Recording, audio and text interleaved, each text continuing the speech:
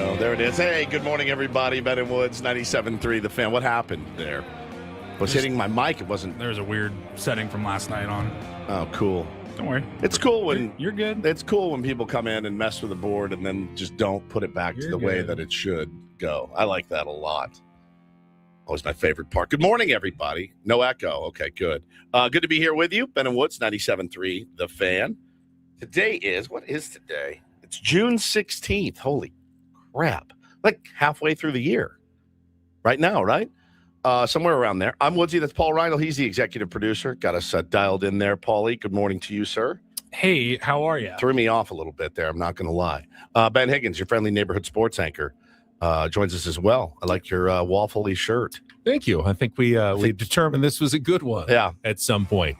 The exact middle part of the year is the end of June. Noon on July 2nd. Oh, okay. Really? Yeah. Okay. I know he got so smug again. Well, I mean, Ben there's Smuggins rears his ugly head. 6 months from January to June, and then 6 months from July through December. Yeah, we're close. But because February only has 28 days, the actual midpoint I'm of sorry, the year everybody. I'm sorry. comes on July 2nd. You don't always have to be right. That's fascinating to me. That the actual midpoint of the year is July 2nd July at 2nd. noon, you'd say, Paulie? That's what it says. No, we should celebrate that a little bit more. We should. We're halfway home. Of the year day. It's like the 8 o'clock a.m. We'll of be the in year. Chicago for the national midpoint of the year. Yeah, day. we will. We We'll will. be like at the airport. That's right. We'll be coming home from Chicago on the airport. Now, Ben, I'm unclear. What is 4 times 12? You're unclear. Yeah, what is 4 times 48? 12? Okay. All right. Now I know. All right.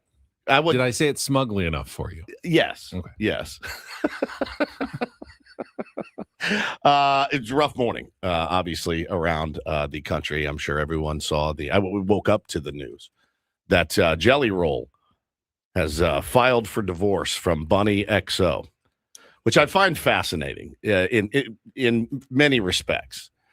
Jelly Roll, industry plant that he is, lost like 600 pounds and then was like, you know what? Thanks for riding with me and helping me raise my 2 kids from a previous relationship and, listening to my music and, living life with me as Jelly Roll. I'm out. I'm going to move on to greener pastures. It's fascinating. Now, again, so I don't know what has happened in their relationship. I'm just telling you the entire universe's perception of Jelly Roll and Bunny XO. Do you think does he look better with less weight? Yes. You think so for sure? I mean, come on. Does everybody? I don't know that that's always the case.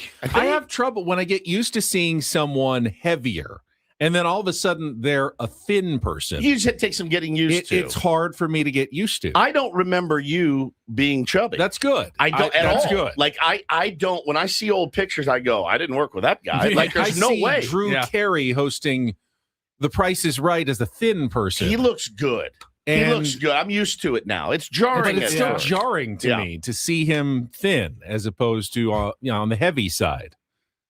It was, I think, when it happened. Clearly, it's good to get healthier, lose the weight. It's great for your health, but I still do think that some people can never totally get over their perception of you one way or the other, which is fine. I mean, I think as long as you're happy. But this is a classic case, and you've seen it many and many a time. Oh, hey, thanks for being here while I worked my way through med school, and now I'm a doctor.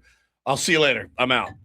Helping me pay off those loans. Yeah. See ya. Deuces. Right. Like, so anyway, Jelly Roll is single. He's out there. Imagine, he doesn't have to use dating apps or anything. There's probably like that rich one. Do you Raya, think there's like a celebrities only dating app? There is one. There is. I think it's called Raya. Yeah, Raya. Yeah. Really? You have to have, you didn't know this? How do you qualify to You have to have like a certain amount of money and status. Yeah. Wow. Yeah. Oh yeah, you have to like apply to get in on it. Huh. Yeah, and it's for like fancy people only. I know.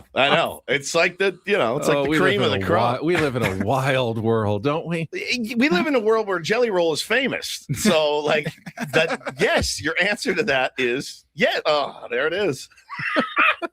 Stupid pointer Dave got me good this morning. One of our listeners. I posted the picture of me in Halloween dressed as Jelly Roll, which is it's an elite costume. You're supposed to try to pull it off. And he goes, stupid F. What did he say? He goes, sad to see that Jelly Roll gained the weight back. You dumb turd. You dumb turd. Good one, pointer Dave. So yeah, it was I woke up and I had 15 DMs from people about it. They said it to me. So Jelly Roll is single. That's where we wanted to open the show today because somebody sent to me and goes, I'm going to need this in the Reindl Report. Yeah. I go, I doubt we're going to make it to 9 o'clock, but I'll hold on to it just in case. Yeah. Yeah, it's unfortunate for Bunny XO, but I think she'll be fine. She'll probably get a nice. I just hope it doesn't turn acrimonious because then he's probably going to write songs about it, or somebody's. Was there a prenup? Who knows? Yeah, somebody's going to write songs about it and give it to him to sing, and that's going to be tough for all of us. And then I already thought the first thing I thought of is if they had just stayed married, there would have been a better chance of him just fading into oblivion. Now it's going to be, Jelly spotted at Chick-fil-A with new girl, right? And then Bunny moves on to NASCAR driver so-and-so. The news cycle's never going to end. It's never going to end. It's always going to be, inside Jelly's wedding, what kind of cake did Jelly have? It's never going Jelly Roll and Kim Kardashian spotted at Lollapalooza. It's never going to be over. It's never, ever, ever going to end. It's going to be the rest of our lives. We're caught in a Jelly Roll vortex. Does he go on a weird like Pete Davidson run? Does he go on a run? I saw a clip on Twitter the other day. This happens, man. This has happened to the Barstool guy too that lost all that weight. He said on Rogan, I'm not making fun of anything. He goes, I've got 65 pounds of loose skin that they have to cut off. So, Paulie, my guess is you don't make a loose skin run. Is just my guess. The run comes after the removal, and then you go on a run. You go on a Jalen Brunson. Little plastic surgery. Yeah, you go on a Jalen Brunson type run after that. I think that's what you do, but you do it after the loose skin. Well, 65 pounds. It's just like he's lost so much weight. He's carrying it around. I just mean like try not to be super mean, but like Pete Davidson. Yeah. It was surprising the women he was with. Well, once you heard about Pete Davidson's feature, it wasn't that hard to difficult to understand. This side of Mississippi, we call that the Ben Higgins. Yeah, over here on the West Coast. Yeah. But, so yeah, that's that. But will he go on a run? Yes, absolutely. Or will he create some sort of reality show like Who Wants to Marry Jelly Roll, where, keep himself in the spotlight 24/7. It'll be some corny thing where he has women lined up and he's like, all right, and who's going to bite the roll tonight? Right? Like something really, really bad that I may watch. Just to spin me out into rage and torture. But yeah, you've not heard the last of them. This is a never-ending cycle and vortex and spiral that we are going to be in for the rest of our lives, for the rest of our natural-born lives. We're going to hear about Jelly Roll and his new dirt bike obsession, or his new NASCAR team, or his new whatever. It's never going to end. Well, since you have plenty of time to talk about Jelly Roll for years and years, how was your day yesterday? Anything interesting in the Woods household? It was one of the most low-key days and nights. I don't have to do school. You had a poly day. Yeah, it was. I chilled. I chilled. And I realized I don't have to go sit in school pickup. I don't have to go do pickup. Bo was at cooking camp with his friends, and I came home. I said, "What did you make?" He said, "S'mores quesadilla." I said, "Oh, great. Look forward to never eating that ever." But they're learning ingredients. They have to write out a recipe book, and his friends love it. Tim and two of his best buds. So they go to cooking camp for all week, but I don't have to go pick up. So about 1:45, I found myself going, what am I supposed to do here? Like, I'm just sitting around waiting for them to get out of school. Taylor was with his grandmother, who cut his hair, by the way, and didn't run it by us. But it looks great. It looks great, but it was jarring. Grandma did. That happened when kids were younger. Yeah, where grandma just takes it upon herself to make a decision that probably should be a mom decision. Yes. You don't care, but mom sometimes I don't think cares. I ever happened. I didn't care at all because he needed a haircut, and I go, save me like $40 or whatever. And he walked in. I go, oh my God. She's like, yep, I cut his hair. Now, she was a trained hairstylist many she didn't many just take years him. ago. She did it herself. Oh, interesting. Yeah, and he loved it. He loves having short hair. So he looked great. Summer is a good time for it. The thing that I'm kicking around in my mind that I wanted to talk about this morning is this. It's Father's Day. Well, it's Father's Day on Sunday. We do Mother's Day weekend in my home. I wonder if Father's Day weekend starts on Friday, right? Like that's kind of how we do it. Now, I got a text last night, and I told Hannah this morning, I said, I'm going to talk about something in Foreplay, and I want you to listen. She goes, well, tell me what it is. I go, no, I'm not going to tell you. I'm going to put it out into the universe first, and then we can discuss it. So on Mother's Day, it's typically, what would you like to do? And a threesome would be fun. Ben, you're talking about my wife and on Mother's Day. My kids would be there, right? So I got a text last night from a buddy that said, hey, bud, big game on Sunday, 1:30 p.m. in Otay Mesa. We need you. And I said, wait, what day? And he goes, Sunday, Father's Day. And I go, oh, okay. Now, I have forced my family to come watch me play baseball on a few different Father's Day. Do I force them to come with me to Otay Mesa, which is a good, 50 miles from our house, at least? It's as far as you can get and still be in San Diego. It's Anaheim, essentially. You want to go watch me play in Anaheim. At 1:30, middle of the day, getting home at 6? Or do I just say, I can't play? Or C, I'm going to go play. Love you guys. See you later. What is the proper? Why wouldn't it's your Father's Day? Why wouldn't you just go play? That's my. And you absolve the family. Like, you don't really have to do anything for me. I'm going to go play my baseball in the afternoon. Isn't that extremely selfish and kind of crappy that you don't want to be around your kids? Isn't it a bad look that he'd rather play catch with somebody else other than Bo and Taylor?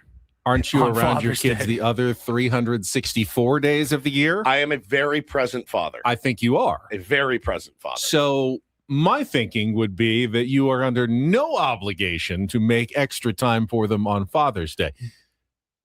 That's just me. Should they come out and watch me play, though? If that's what I truly, because I would like them to. Hannah says in the chat C, which I think was I'll just go play. I think that's what C was. But Otay Mesa, Ben, I'm leaving the house for a 1:30 game at 11 and maybe 10:45. What do you want? If I had my choice, if I had my druthers, it would be at a different location than they could come for a few innings. You go down there, it's not a different location, though. I mean, given the circumstance, would you rather have them want to go and come watch you, or would you rather just be like, hey, you guys can enjoy your afternoon. Thanks for a great morning. I'm going to dip out for a few hours. I will kind of feel like a heel for dipping out on Father's Day. I will feel kind of like a heel. You schedule Father's Day from 7:30 a.m. to 10:30 a.m. and then it's done. It's over. And then when I get home, we'll have dinner. You can have dinner as well. They can have dinner waiting for me. That's 2 good chunks of time during the day.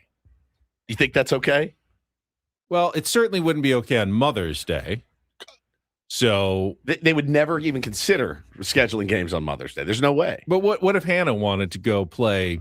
Go on Mother's Day. Go. I would say go. I would say you would say go. Yeah, right? I would say go. I play golf on Golf is like a known Father's Day activity. You don't bring the whole family along, kids in tow. You go play around a golf, then you have dinner with your family, you have breakfast beforehand, whatever. That's a normal Father's Day thing. Okay, you don't play golf right now. You play baseball. That's normal. Then. I think that's normal. All right. I'll tell you one thing. The golf thing reframes it for me a little bit. One thing you do not want to do on Father's Day this year, anybody in San Diego, and while this is more of a Mother's Day activity, brunch in Coronado. Like if you're thinking Hotel Del Brunch, no, do not. Stay away. Do not go anywhere near Coronado unless you were going to the race on Sunday, because I went yesterday to a little informational session. I had a hectic morning yesterday. I looked at the clock at noon and I go, it's only noon. I have done so much. Obviously, the radio show. And then I jetted out the door because, I didn't know about this 10:30 news conference at North Island, Coronado, the naval station about NASCAR. And you are the sports director. Until about 9 a.m. Because, as it turns out, all the important NASCAR emails have been intercepted by my spam filter. Oh, my God. Because I didn't know about this. So I get this panicked during the show yesterday, panicked email from our desk. We don't have any photographers. Can you get there? And I go, so this press conference is at 10:30 in Coronado. I need to still go to Channel 10 to get my camera gear. That's off the 94. Then get to Coronado to the base and set up for a news conference by 10:30 in 30 minutes. I don't know that that's possible, but I got out the door the instant the show ended yesterday.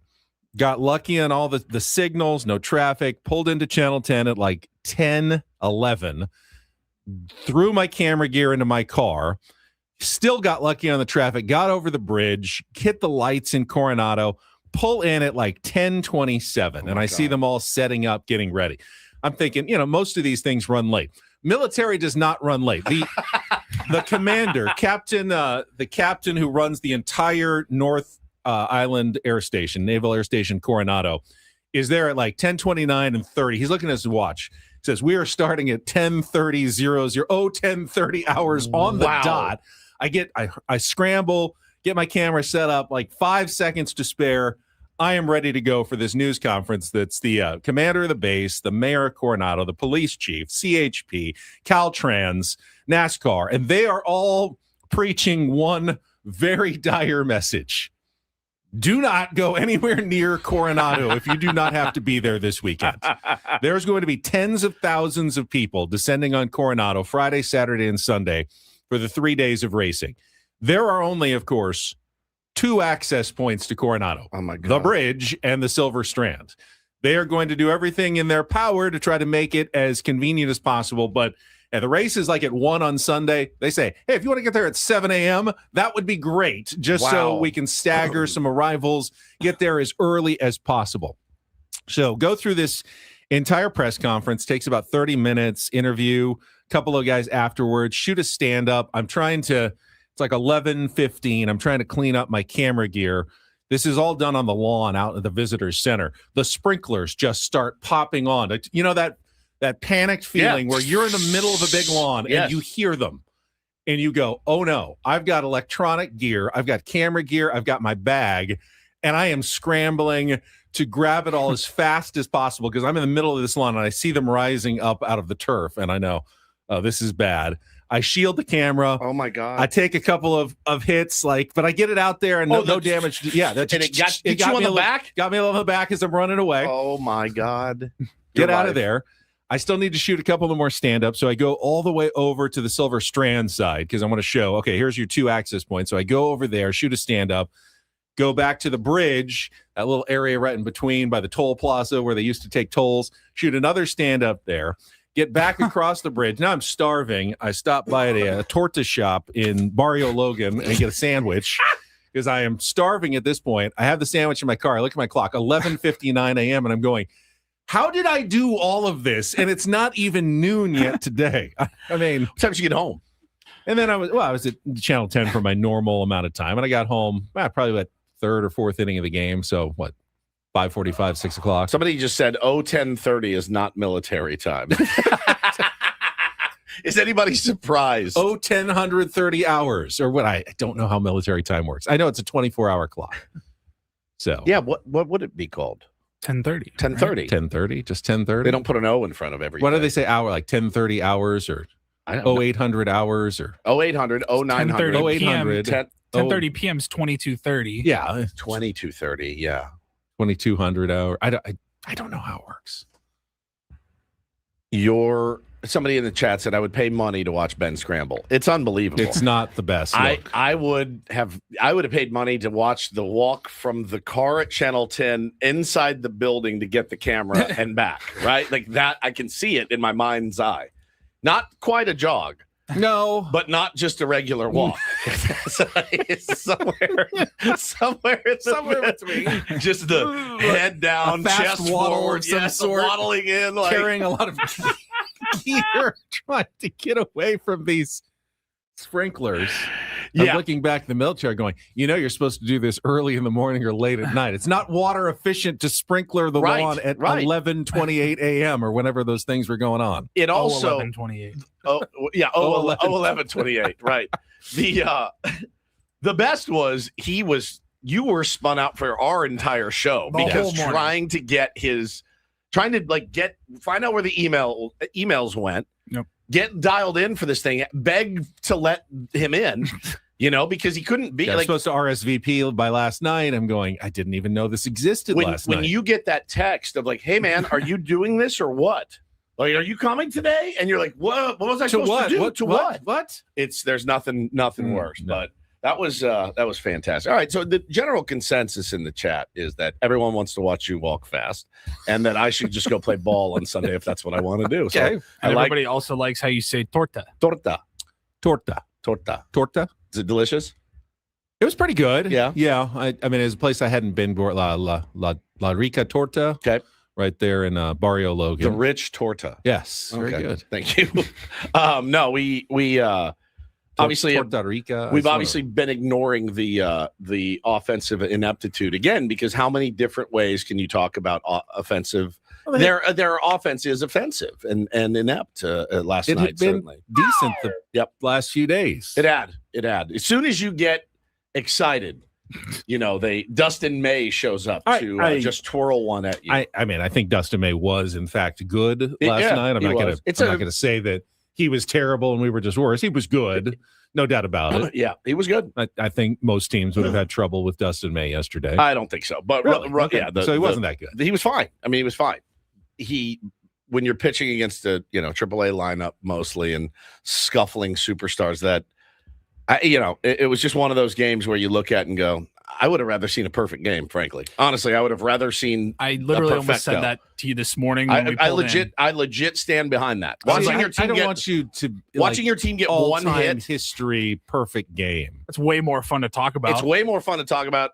Also, maybe it sparks change. You know what I mean? At that point, maybe there's a change. I agree 100%. If you're gonna if it's gonna be that bad, you might as well just go all the way. I mean, they just made like 9 changes to the roster in the last week, Sure. which had generally been, I believe it was yesterday that we were praising all the guys who had come up to inject some life in the offense and some new looks from everybody. And one of those guys was on the bench. yeah, Samad Taylor didn't play. Yep. Righty matchup. Got a day off. Yeah. Matchup for a day off. Had played 6 or 7 games in a row. I get it. You guys are going to get days off, but I would have rather seen the no hitter, the perfecto, because again, see, but when you get the no hitter thrown, you then get the stats like they brought up during the game. Last Cardinals no hitter. Bud Smith against I was Padres. at that game in 2001 when Bud Smith, who no one has ever heard of and no one ever heard from again, right? No hit the San Diego Padres. And then you're just stuck like being the team that Bud Smith threw a no hitter against in 2001 because you were that bad. Yeah. It was that's what you want. You want that to, hopefully light a fire, but we'll I kind see. of view it like that's your cross to bear until you change the narrative. Yeah, you have to bear said cross, but we'll talk about it next. I mean, again, not a lot to talk about. A walk and a hit for your San Diego Padres last night, and just a really ugly. I mean, they've been statistically the worst offense in baseball all season long. Correct. So, like, odds are fairly high, I guess, that there may be more one hitters in the future. Could be. Like, Could be. You never know. Can't be that surprised. All right, well, let's get rolling here on a Tuesday morning. We'll take a quick timeout. Before we do that, let's give away an early prize. I always like to reward the tier ones who get up early. We got those Andrew Santino tickets. Comedian Andrew Santino coming to the fair at the Sound on June 28th. If you win the tickets, and you can do so by calling now, third caller, 833-288-0973. If you win the tickets, you're also going to get same-day admission to the San Diego County Fair. Call now to win the Andrew Santino tickets, 833-288-0973. We'll come back. We'll set the menu. We'll go through the quick wrap-up. Wasn't many highlights. Nope. Really on either side. The catch, the Jackson Merrill catch was spectacular. But other than that, it was. Yeah. It was a spectacular catch. Keeps bringing back home runs. Well, I haven't heard Jesse's call of that one yet, so I'll look forward to that. And that's about it for the crap up coming up next with Bennett Woods on San Diego's #1 sports station, 97.3 The Fan.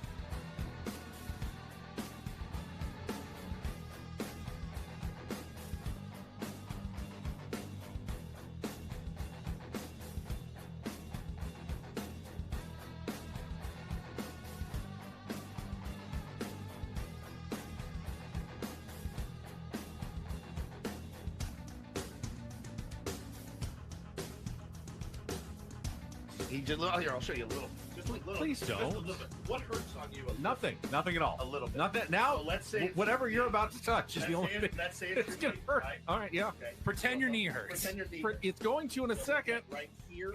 Oh, that is not pleasant. Hey player, this is all yours. This room with this view. This speakeasy with this cocktail. Hey, could you make that too? The spa with this. Ah. And this pool on this roof. This is all for you. The all-new Hamul Casino Resort, now open.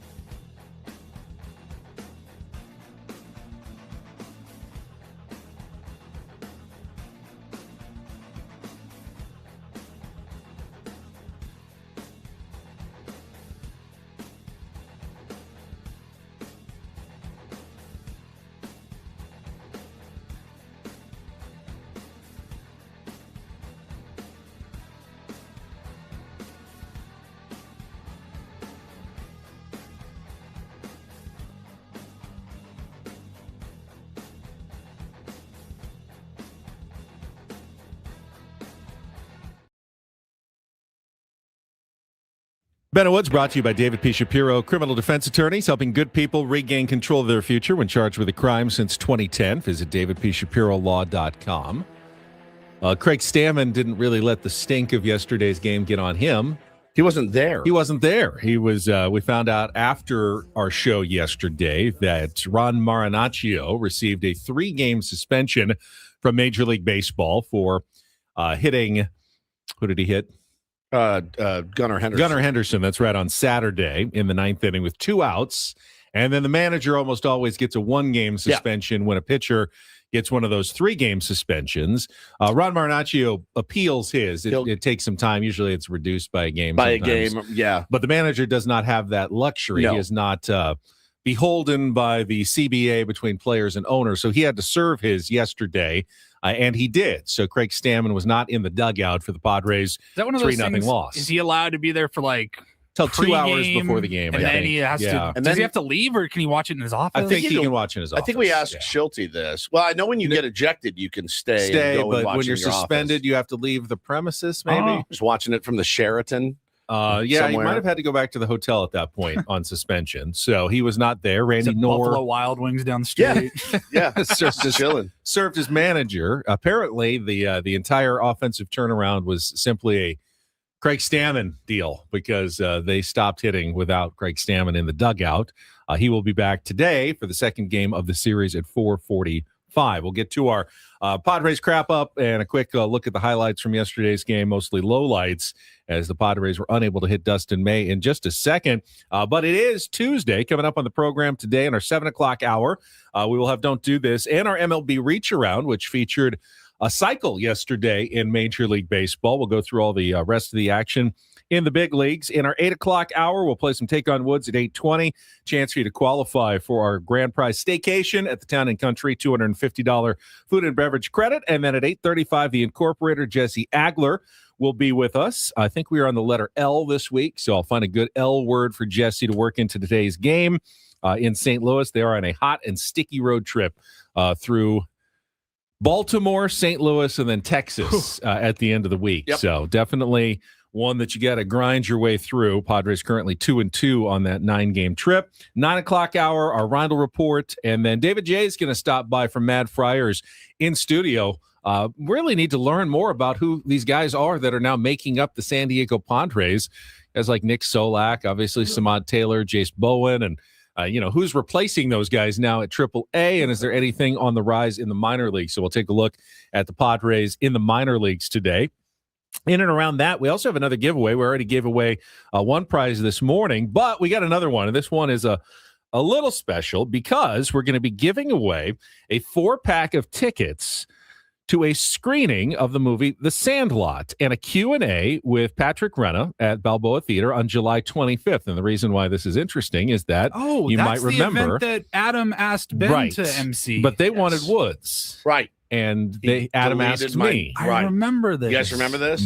And we all remember, don't we? Do we? I don't I know. mean, I'm happy to rehash it. But I'll you, never forget it. I'll never forget it either. ultimately, they went back. We got the original choice, and Woods is going to be moderating that with Patrick Renna at Balboa Theater on July 24th. And we are going to give away a 4-pack of tickets to that screening. You can get your own tickets at Ticketmaster.com.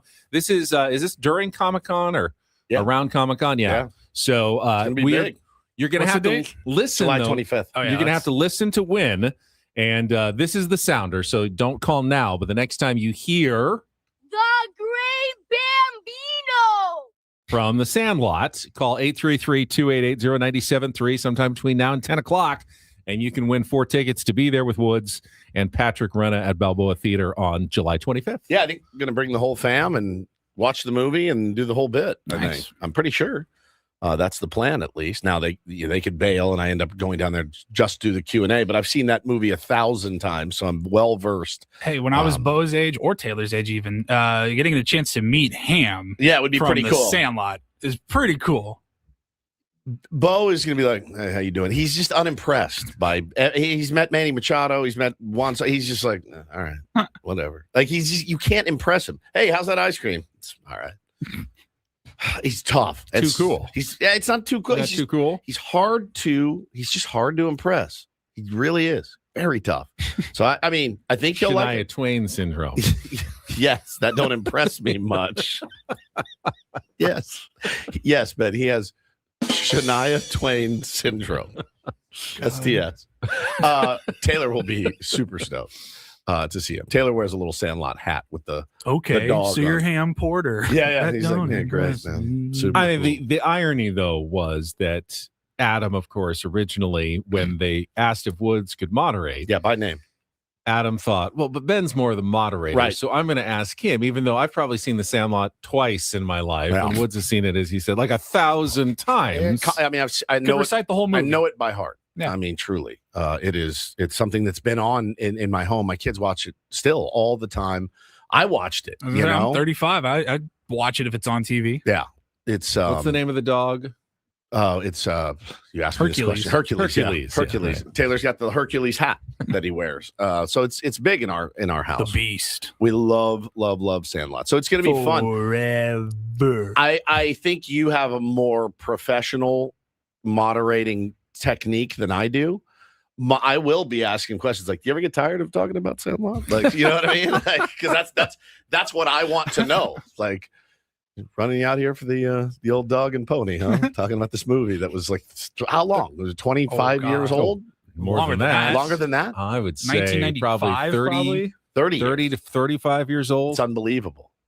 Elo has not seen Sandlot. That's 1993. 19. I was a senior in high school when that movie came out. 33 years old. Holy smokes! So yeah, it'll be fun. It's gonna be fun, and I think the Q&A is maybe 15, 20 minutes, so I'm not going to take up a ton of your time, but it'll be fun. All right, Was that so before or after the movie? What? the Q&A. Q&A. Yeah, after yeah. the movie. Yeah, so you watch the movie and then you bring them on out and Nice. do that whole thing. So. All right, so listen for that sounder and call 833-288-0973. Going to have a chance to win. Not only do we have the Padres crap up coming up, Yeah. but it did happen, much to Craig Stammen's chagrin. He was ejected on Saturday, tried to cover his mouth, but Jomboy, he's just, he's good at what he he's does, just man. really good at what he does, and he has somehow reconstructed Craig Stammen's argument with the umpire that got him ejected on Saturday, and we'll play a little bit of that for you. Obviously, there's some colorful language involved, but I thought it was pretty interesting what Jomboy put together, and if you haven't heard it yet, we'll play some of that for you coming up as well. Yeah, he did a good job on it, and again, man, when you say that in spring training, you just put a target square on your back. Yep. Like if you, not that he covers a lot of those ejections, and he's really, really good at it. He's really good. But once you say, I don't want to be on Jomboy, well, then everybody, you're on high alert. We're going to make sure that you're on Jomboy. And they got him. And I thought it was good. Yeah, I thought Craig Stammen was what I expected. It was what the umpire was saying that surprised me the most about the Jomboy reconstruction. So if you haven't heard it, we will get to that coming up a little bit after the highlights, which are coming up next. It was a fascinating kind of peel the curtains back. It was. Major League It was. Baseball. It actually was. And we'll get to all of that coming up after a quick check of traffic. Ben Woods broadcasting live from the Bill House Studios. We know how on San Diego's #1 sports station, 97.3 The Fan. From the 855 Get Ross Traffic Center. Injured? Demand justice. Demand Jurowitz. 855GetRoss.com. Making your way from Chula Vista to National City. The ride so far is moving well. Northbound on the 805, northbound on the 5. You're in good shape. Joey Vlasny, Odyssey San Diego Traffic. Traffic brought to you by Albertsons, Vons, and Pavilions. Shop Vons or Albertsons for savings on family favorites. This week, get a value pack of boneless, skinless chicken breast or thighs for $2.99 a pound. And Lucerne large AA eggs, 18 count, are $1.99 each with membership where applicable. Limit 3. It's a shame if they lose. You got a problem.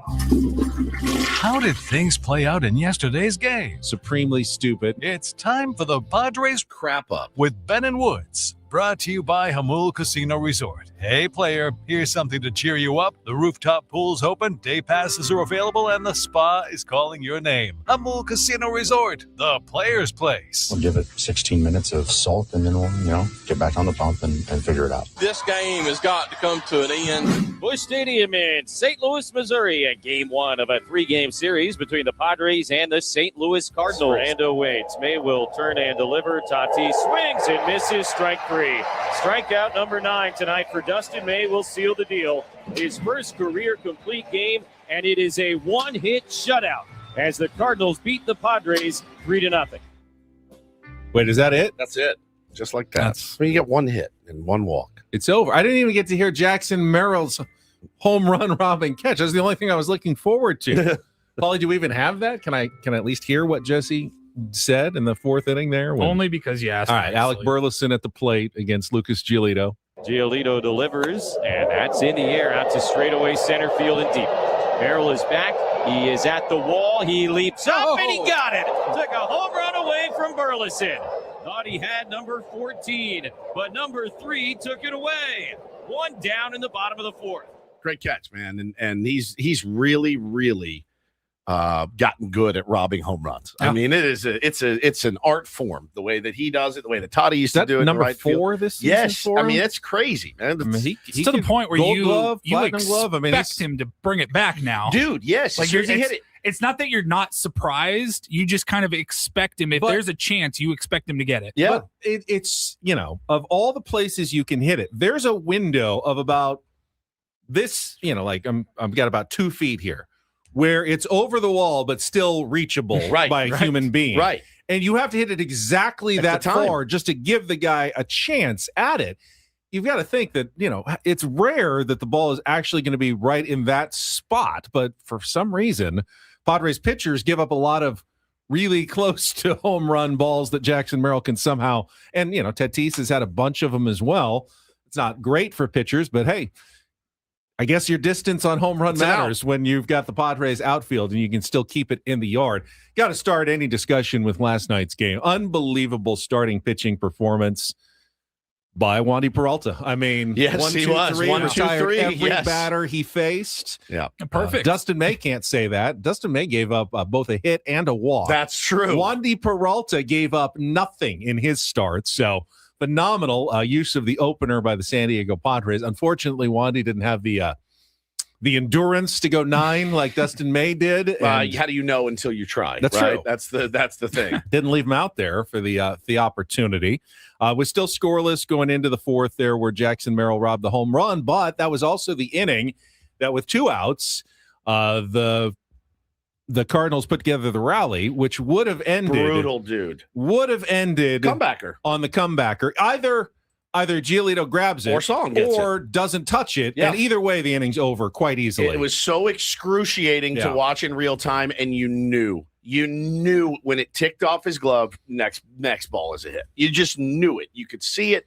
You rarely have a crystal ball in the game of baseball, but that was one where I went, if the game you play yard, that's the one where if I would have said hit and you knew it was coming. You felt it from your toes all the way up. You're like, man, that's 2 runs. Easily. Perfectly placed gapper by Jimmy Crooks. It wasn't crushed, but it was just too far Popped away it right in there, man. into the left center field gap and ended up being a 2-run double. Mudd was not the only one who enjoyed the name. Jimmy Crooks is just fantastic. So that made it 2-0, and then another 2-out rally in the bottom of the 5th. Alec Burleson with an RBI double. Made it 3-0, and that was it for the offense. The only question after that was whether the Padres would actually get a base runner or a hit. A couple times I thought they had a chance if they had just used their ABS challenge. Like I was surprised with the way things were going offensively that you get to like a 3-ball count and you have a ball that's looks like it's just off the plate. I'm going, this is what these are designed for, guys.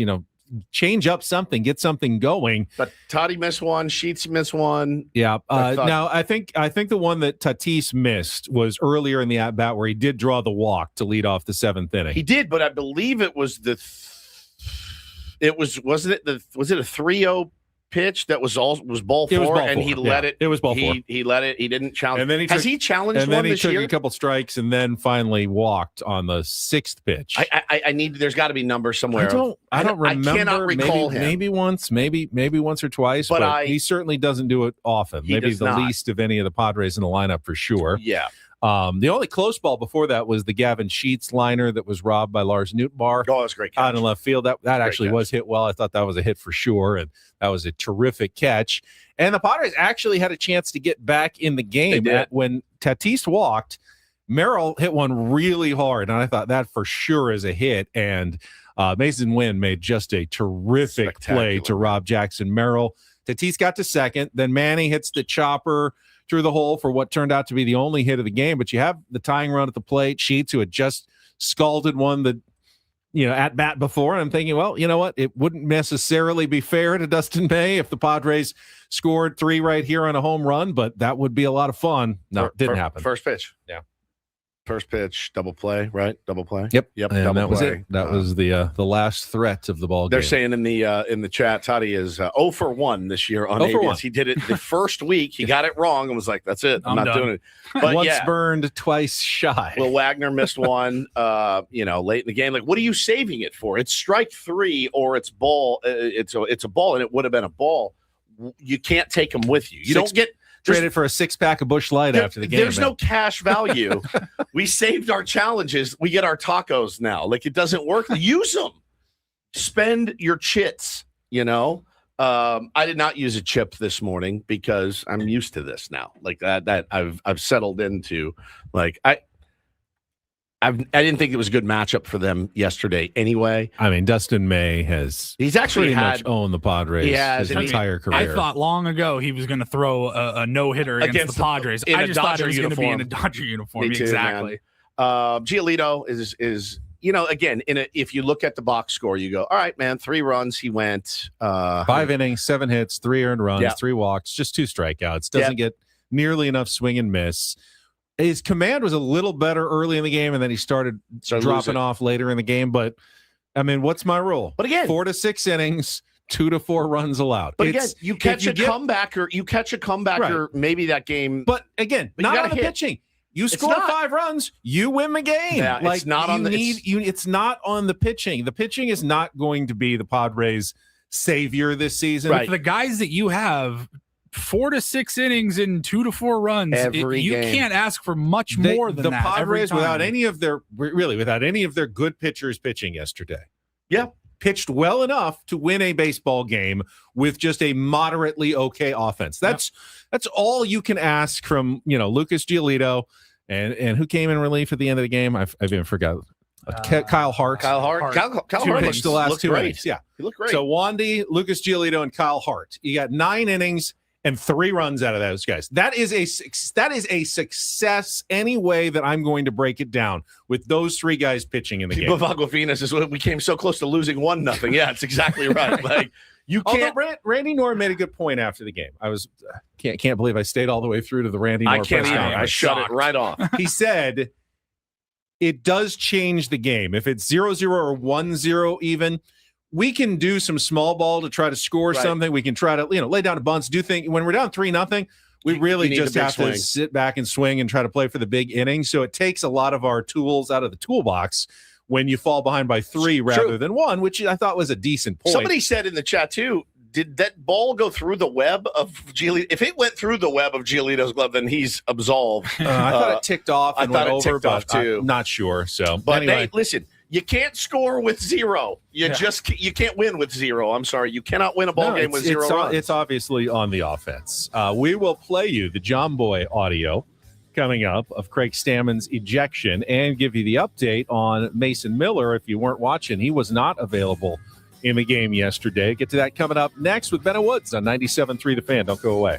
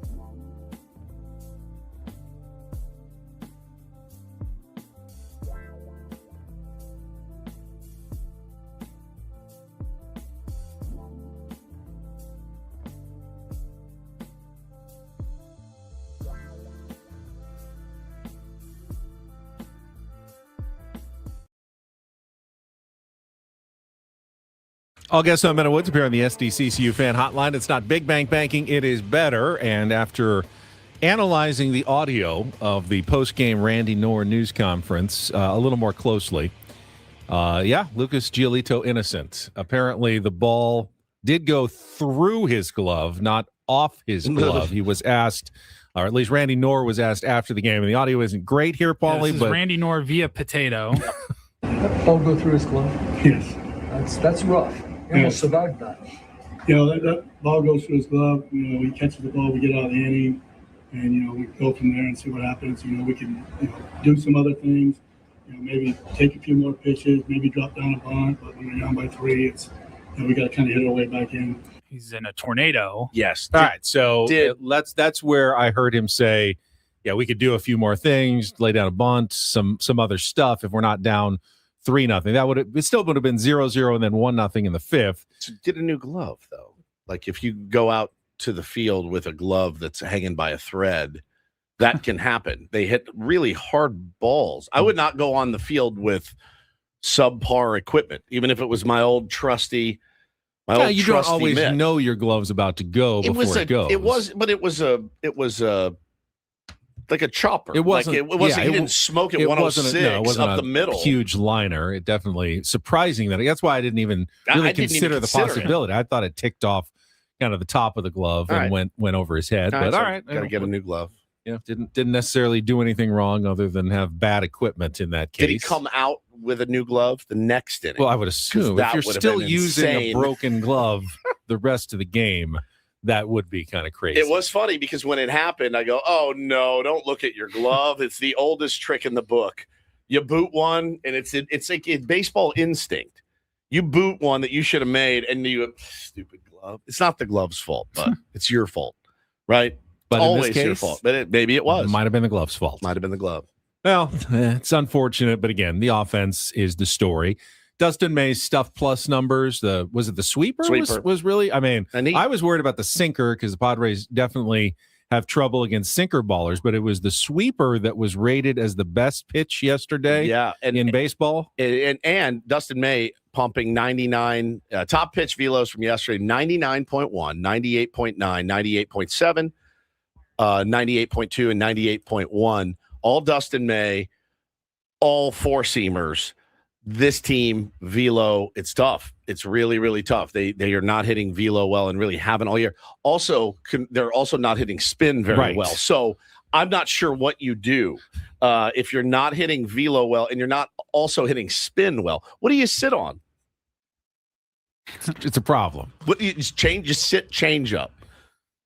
And hope. I think he threw about 4 of those. Right. So you're waiting a long time to get the pitch you're looking for. Got 15 swings and misses last night. Padres put the ball in play in the first few innings, and then all of a sudden they didn't. Bottom third got struck out in order. How many punches for him yesterday? They ended up with 7 or 9. I mean, 9. So, and that most of that came later in the outing because he only had 2 through like the first 5 innings. Padres expected batting average last night 124. 124. Which is actually higher than their actual batting average, which was 1 for 27. Yeah, 1 for 27. It's just rough. Well, under 124 in last, or 1 for 28 or whatever it was. You try to flush that one, move on. An early run or two, or actually an early hit or two would go a long way for this squad today. You'll have Michael King on the mound for game 2 of the series against Andre Palante. Who is 7-4, 3.88 ERA. Don't know much about him, but obviously the numbers are pretty good so far this season. Seems as though the Padres will once again be without their closer, Mason Miller. That's why Kyle Hart was on the roster to pitch the last 2 innings yesterday. He was activated when Mason Miller was placed on the bereavement and personal family health leave list in Major League Baseball. Craig Stammen was asked about it before the game. Said, private matter, not going to discuss it, but I think all of us just wish the best, whatever it is, for Mason Miller and his family. That, hopefully everything will be okay. And he said Mason should be back in a few days. Did not give a firm timeline as to whether that's on this road trip, after the road trip, or how long it's going to be before the Padres have Mason Miller back. So, I mean, if they do have a lead, though, you're going to have to come up with a strategy of whether it's Jason Adam or Adrian Morejon who's going to be the person that's going to be entrusted with closing out those games, because the Padres can't really afford to blow any leads late. They haven't had to worry about it with Mason Miller all season long, but without Mason Miller for however long this is going to be, got to make sure you close out the wins when you do have those opportunities. Yeah, I mean, and again, you see how valuable it would be to have a Mason Miller back there. Bradley should be good to go today, I would imagine. Everybody is probably ready, except for maybe even Kyle Hart. Wandy only threw 11 pitches to get through his first. But yeah, I mean, you have guys in there that can get the last 3 outs for sure. My guess, it would probably be a Jason Adam type, unless it's that lefty heavy lineup at the top. Maybe it's more Hone. So they're going to have to be a little bit more strategic today. So Kyle Hart came up for Mason Miller. And you don't get to replace Marinaccio, who is suspended for 3 games. I think he's appealing, so he's still available, until he drops the appeal or the appeal is heard. I don't know how long that takes. Usually within a few days or so, they will hear it, and then they will be without Marinaccio. And yes, you cannot replace him while he is under suspension. Got it. So I thought Kyle Hart looked fantastic yesterday. Looked really, really fantastic. And made a case for himself to come in and be a guy that can stay in that bullpen. I just don't know for who. Or even be a starter again at some point. Right. Depending on what the Padres need later in the season. Still have, Johnny Brito, who's been throwing really well at AAA. Brito. Herman Marquez has been throwing really well on his rehab assignment at AAA.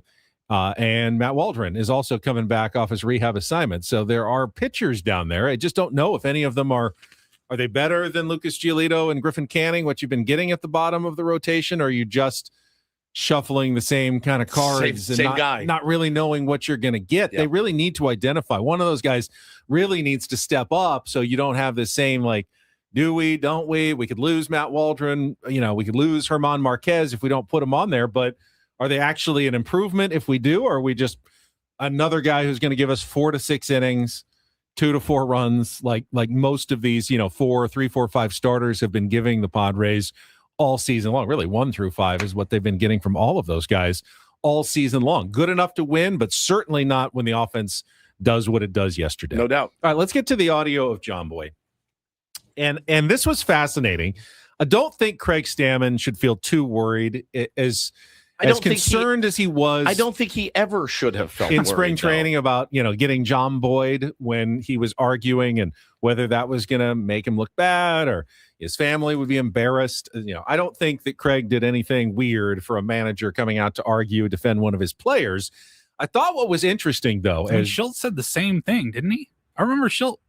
He was not happy being caught on the Jomboy video when he did something extremely similar when he was like, I'm not really that mad, but I need you to throw me out so they think I got their back. Well, I think Craig was mad. Not like I think Craig was legitimately mad. I would be trying to get on Jomboy if I was a manager, like every night. But I think it. His personality is such that he's not as demonstrative about being mad as other guys are. It's kind of like when you get mad. It's weird. Right. It's kind of more of an inner seething rather than a demonstrative one. And you'll hear in this audio after Jomboy goes on for 6 minutes of setting it up with Manny getting knocked down, Xander getting hit in the head, trying to hit Gunnar Henderson the first time he came up in the 7th inning with Brad Glay, and then finally Ron Marinaccio hitting him in the 9th, and then Craig Stammen going out. And he was mad that they didn't warn the pitchers. You just went right to the ejection. You were supposed to get a warning first. He didn't like that. But what was interesting was how the umpire handled this all, because the umpire didn't feel like he could throw Craig Stammen out. Well, because the umpire said right before this clip starts, he said something along the lines of, you would have been pissed off either way, right, Craig. If I warned you, then you would have come out and screamed and said, why are we getting warned? He said you would have bitched about it either way. Either way. Yeah, and which is kind of fair. Umpires are sometimes in a no-win situation. You're not going to be able to please both teams at the same time, which is fair from the umpire. But the fascinating thing to me was the umpire really had a standard and goes, I'm going to throw you out, but you need to do something more demonstrative than just talking to me and yelling with your mouth covered, basically. And this is what Jomboy at least reconstructed in terms of the back and forth. I think it's I think it was it home plate umpire? Yeah. It was or crew chief. Brennan Miller, the crew chief for the I think it was for the game. And now the umpire is kind of smiling. He knows that Stammen wants to get ejected, and he's kind of toying with him. A rookie ump wants to get ejected. Umpire is like, all right, do something a little more, and I'll get you. So he's like, a little more? All right, I'll stop covering my mouth, and I'll wave my arms in the air, and I'll say the exact same thing. That's a horse call. Let's go. Come on. Unbelievable. The umpire's view of this is really good. After he gave him a little bit more and got ejected, he says, all right, that's good. Gone. Okay. A little passion. I like it. Very patronizing. So there you have it. He knew he wanted to get ejected. So umpire basically saying, hey, man, you got to take your hand away from your mouth and make this a big thing so I eject you and it looks warranted. Otherwise it looks like I'm ejecting you for nothing.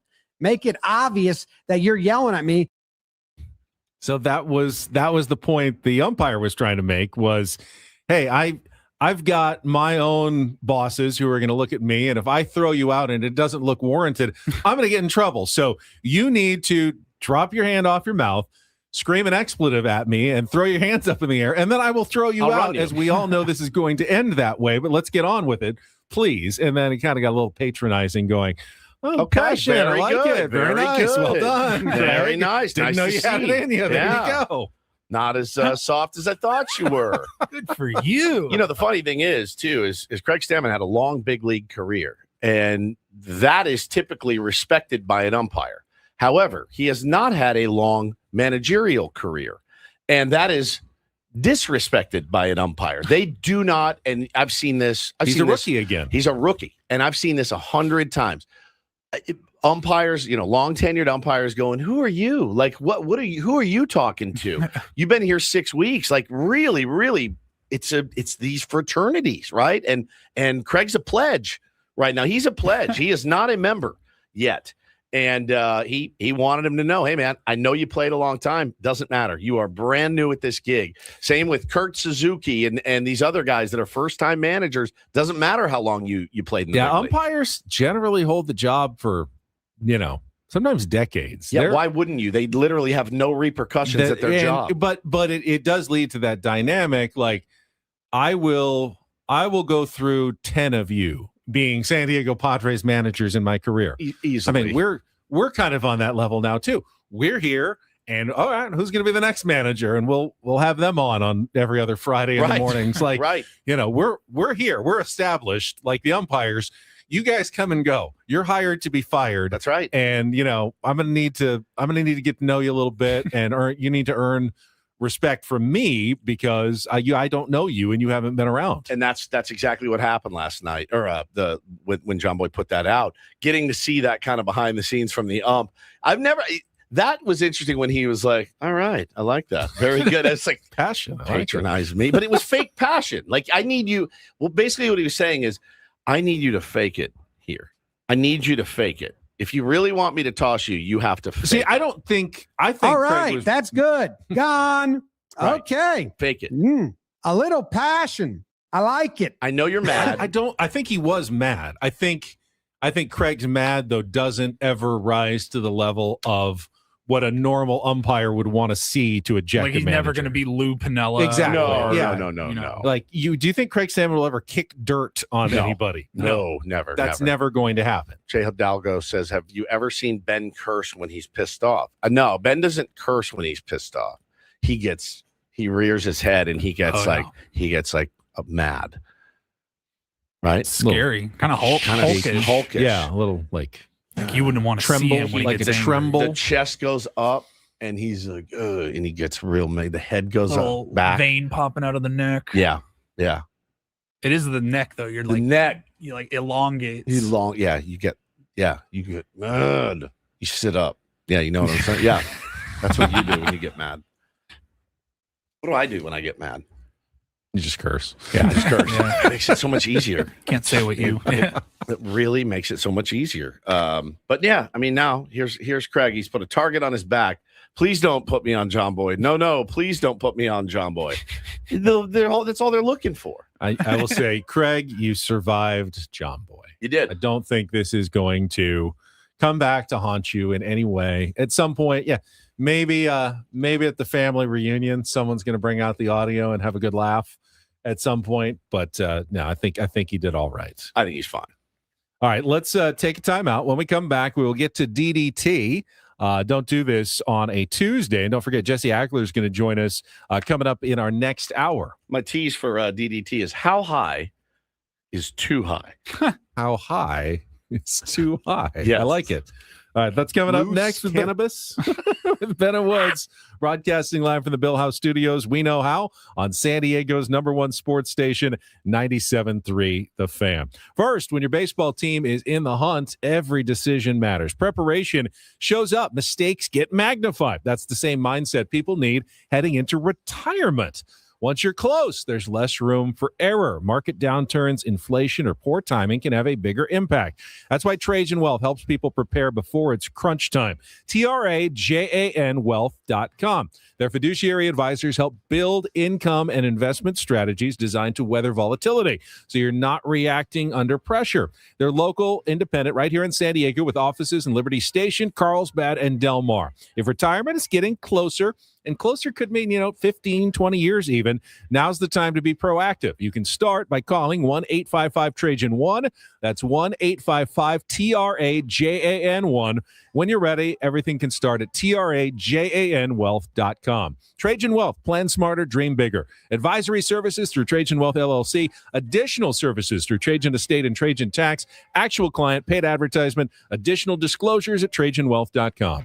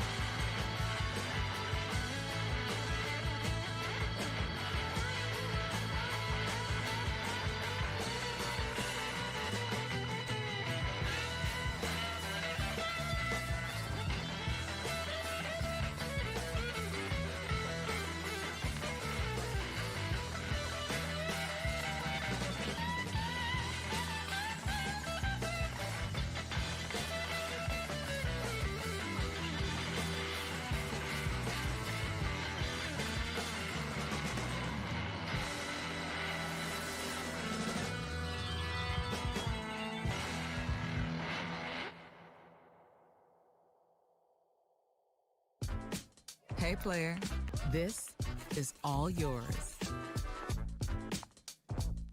This room with this view. This speakeasy with this cocktail. Hey, could you make that too? The spa with this. Ah. And this pool on this roof. This is all for you. The all-new Hamul Casino Resort, now open.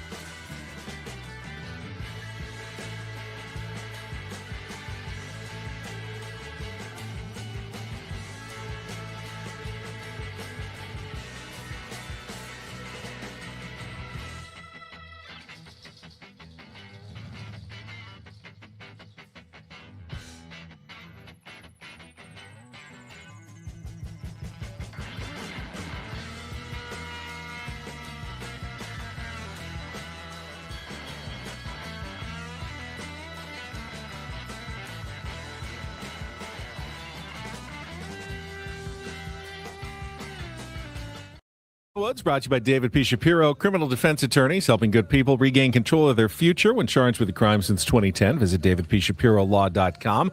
Get a little World Cup talk in here on both sides of DDT this morning. I will get us started with, from what the outside seems like, an incomprehensible decision.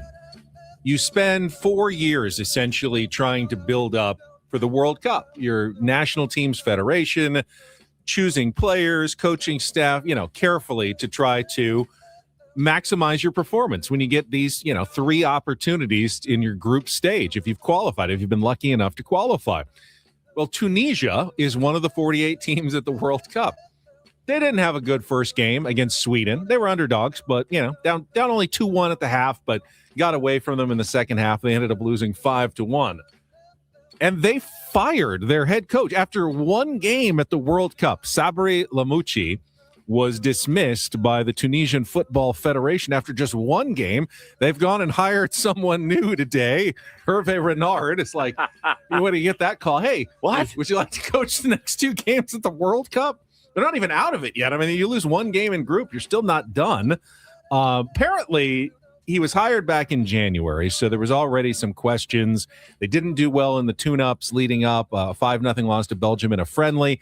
There were some questions, like he had his son as part of the team, even though he wasn't on the team during preparations. It rubbed some of the players the wrong way.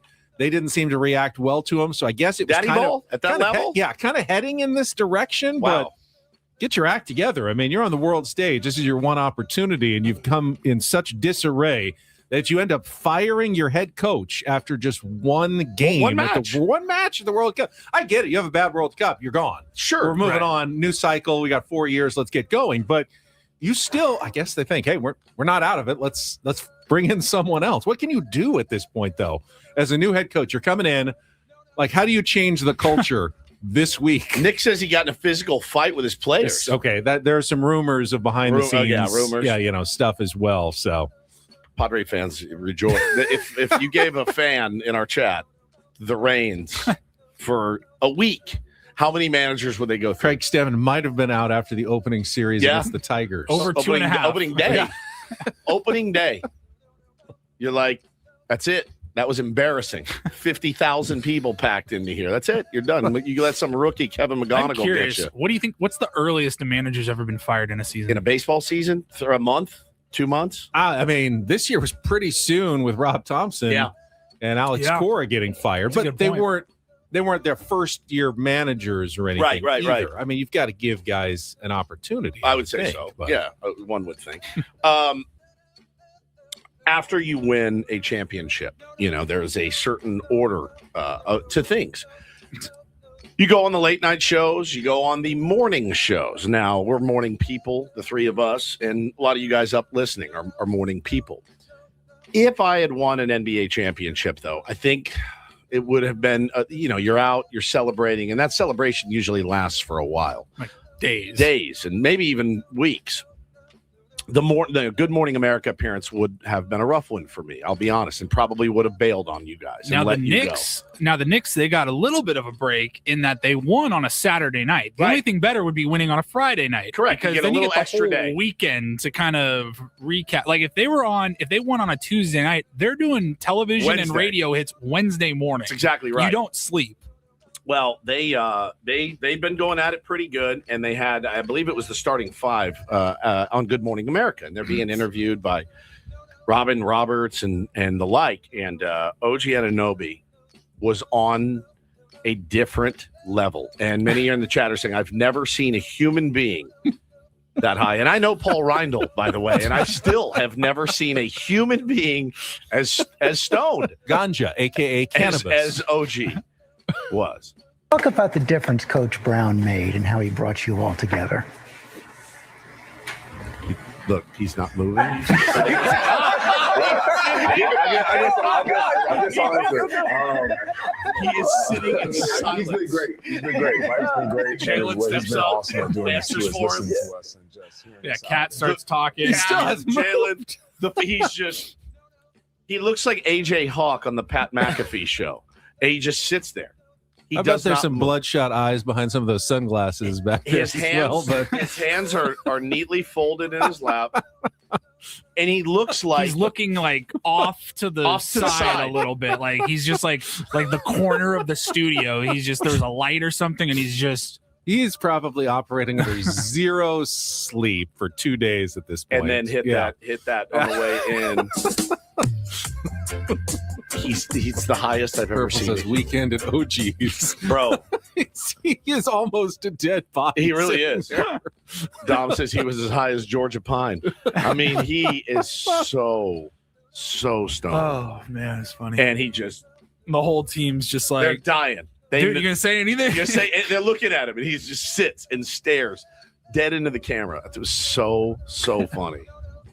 All right, finally a little do this, and DD mega doo-doo. we will go back to the World Cup. So yesterday, I think what a lot of people complain about soccer are ties. There were 4 draws yesterday. All 4 games ended in a draw. Crazy. But not all draws, as we learned, are created equal. And for one team, a draw was a massive win Huge yesterday for their country, for their fans. Tiny Cape Verde, which is the lowest ranked team in the World Cup, like 64th in the world going into the tournament, taking on one of the pre-tournament favorites, I think ranked 3rd in the world, Spain.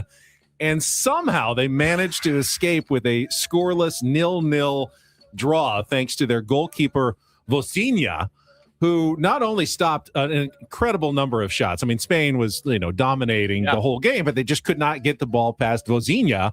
Is he a one-name guy? I think he's a one-name guy. He is now. But apparently he has already capitalized. His Instagram following went from 50,000 to over 6 million based on his performance against Spain to get them a point in the 0-0 draw in Atlanta.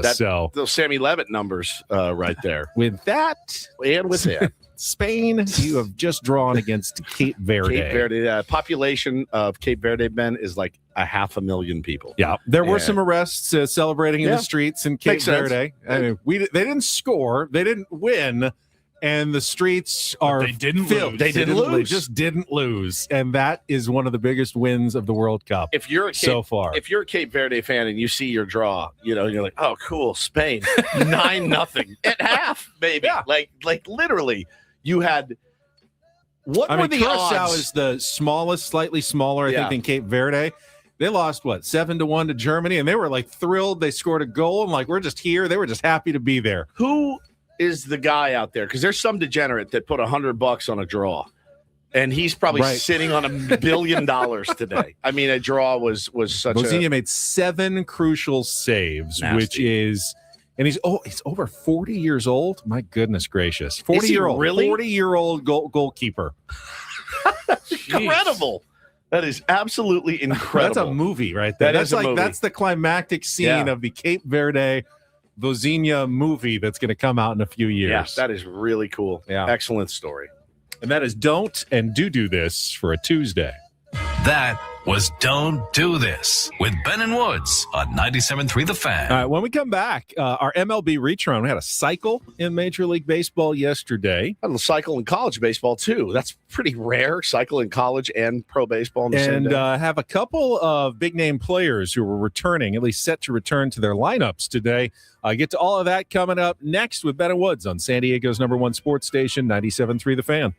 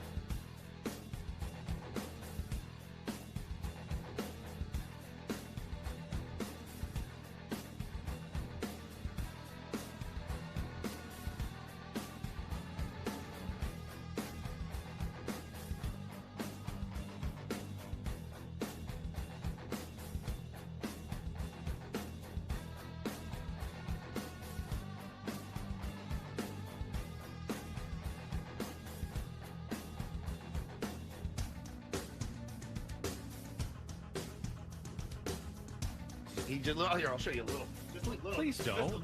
What hurts on you? Nothing at all. A little bit. Nothing. Now, So let's say whatever you're about to touch is the only thing. Let's say It's going to hurt. Right? All right, yeah. Okay. Pretend your knee hurts. Pretend your knee It's going to in a second. right here. That is not pleasant. Hey, player, this is all yours. This room with this view. This speakeasy with this cocktail.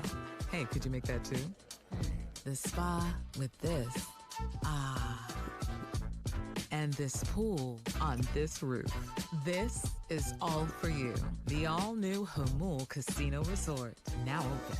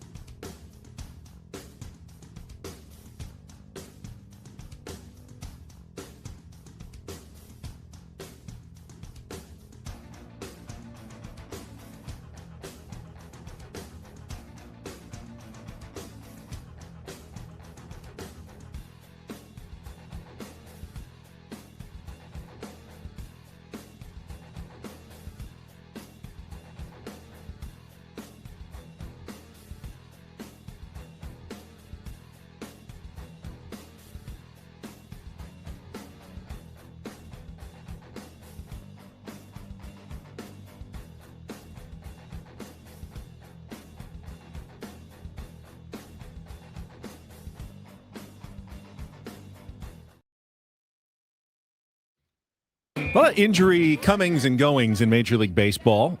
We didn't really talk about it yesterday, but some injury news over the weekend, Woods. Atlanta placing Spencer Strider back on the injured list.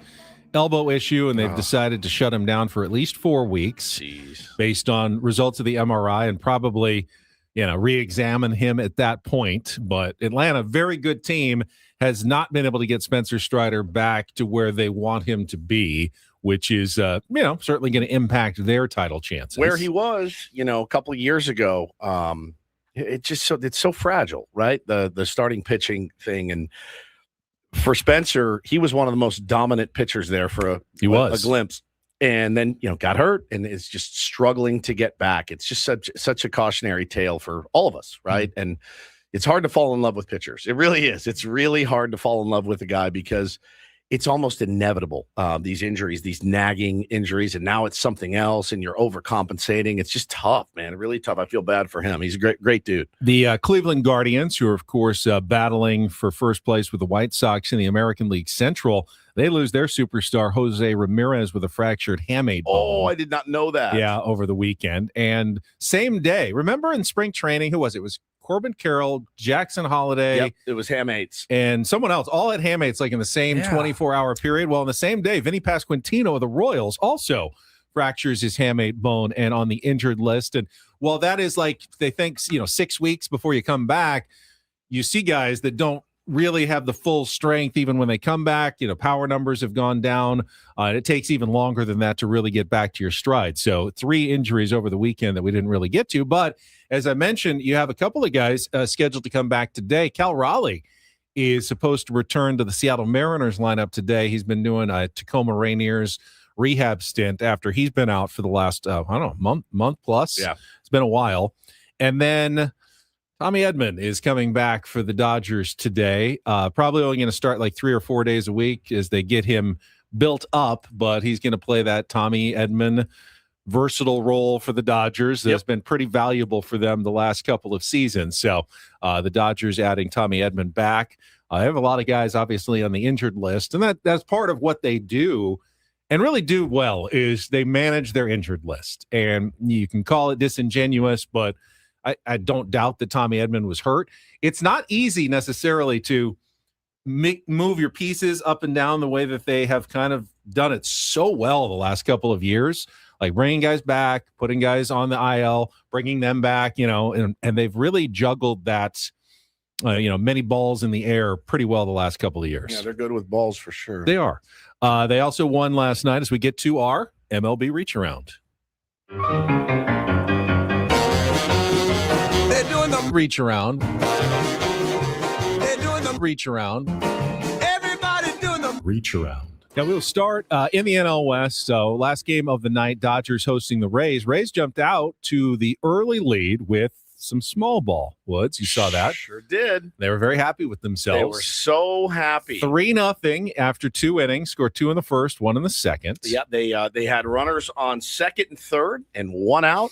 And they against Eric Lauer. Against Eric Lauer, by the way. It was Eric Lauer versus Nick Martinez in the old ex-Padres matchup, of course. I mean, this is a tweet from a Dodger fan. It says, Rays give up the possibility of a big inning versus Eric Lauer with men on first and second, nobody out. 2 bunts to score 1 run, then the inning ends. I don't care what anyone says. This is stupid baseball against Eric effing Lauer. I love it when the opposing team helps you. Yeah, it's even worse than I painted. Yeah, but they were up 3-0, and then it's against the L.A. Dodgers. And then with 1 swing of the bat in the bottom of the second inning, Kyle Tucker hits a 3-run home run, and now they're tied. There you go. And as it remained 3-3 throughout the game, Rays were probably thinking, boy, we probably should have gone for some more offense because pinch hitting in the bottom of the 7th, 7 Mile Casino's own Miguel Rojas. yes, indeed. It's a home run, and that turned out to be the difference as the Dodgers get the win 4-3 yesterday. Yep.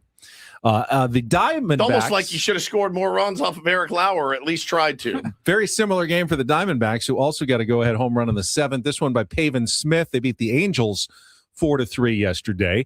But the interesting one was the Cubs-Rockies game, which was kind of back and forth. So Pete Crow Armstrong, in his first at-bat, hit a home run. His second at-bat hit a triple. His third at-bat had the double. Amazing. So he is going in reverse order. Yep. All he needs is a single, and he gets it for the 13th cycle in Chicago Cubs history.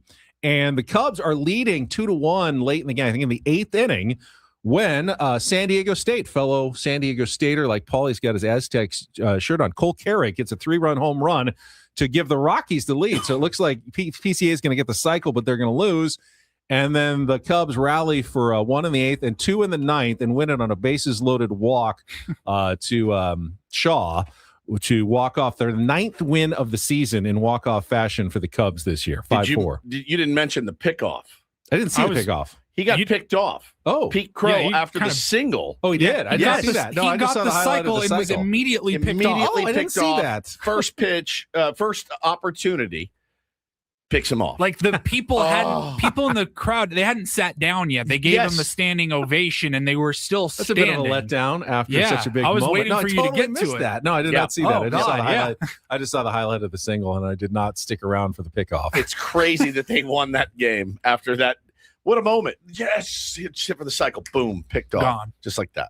It does feel like the reach around is oftentimes what ex-Padre did what in what game. Yeah. In the Twins-Rangers game, Josh Bell hit a 3-run home run in the first inning off Mackenzie Gore, and that was the difference as the Twins doubled up the Rangers 4-2.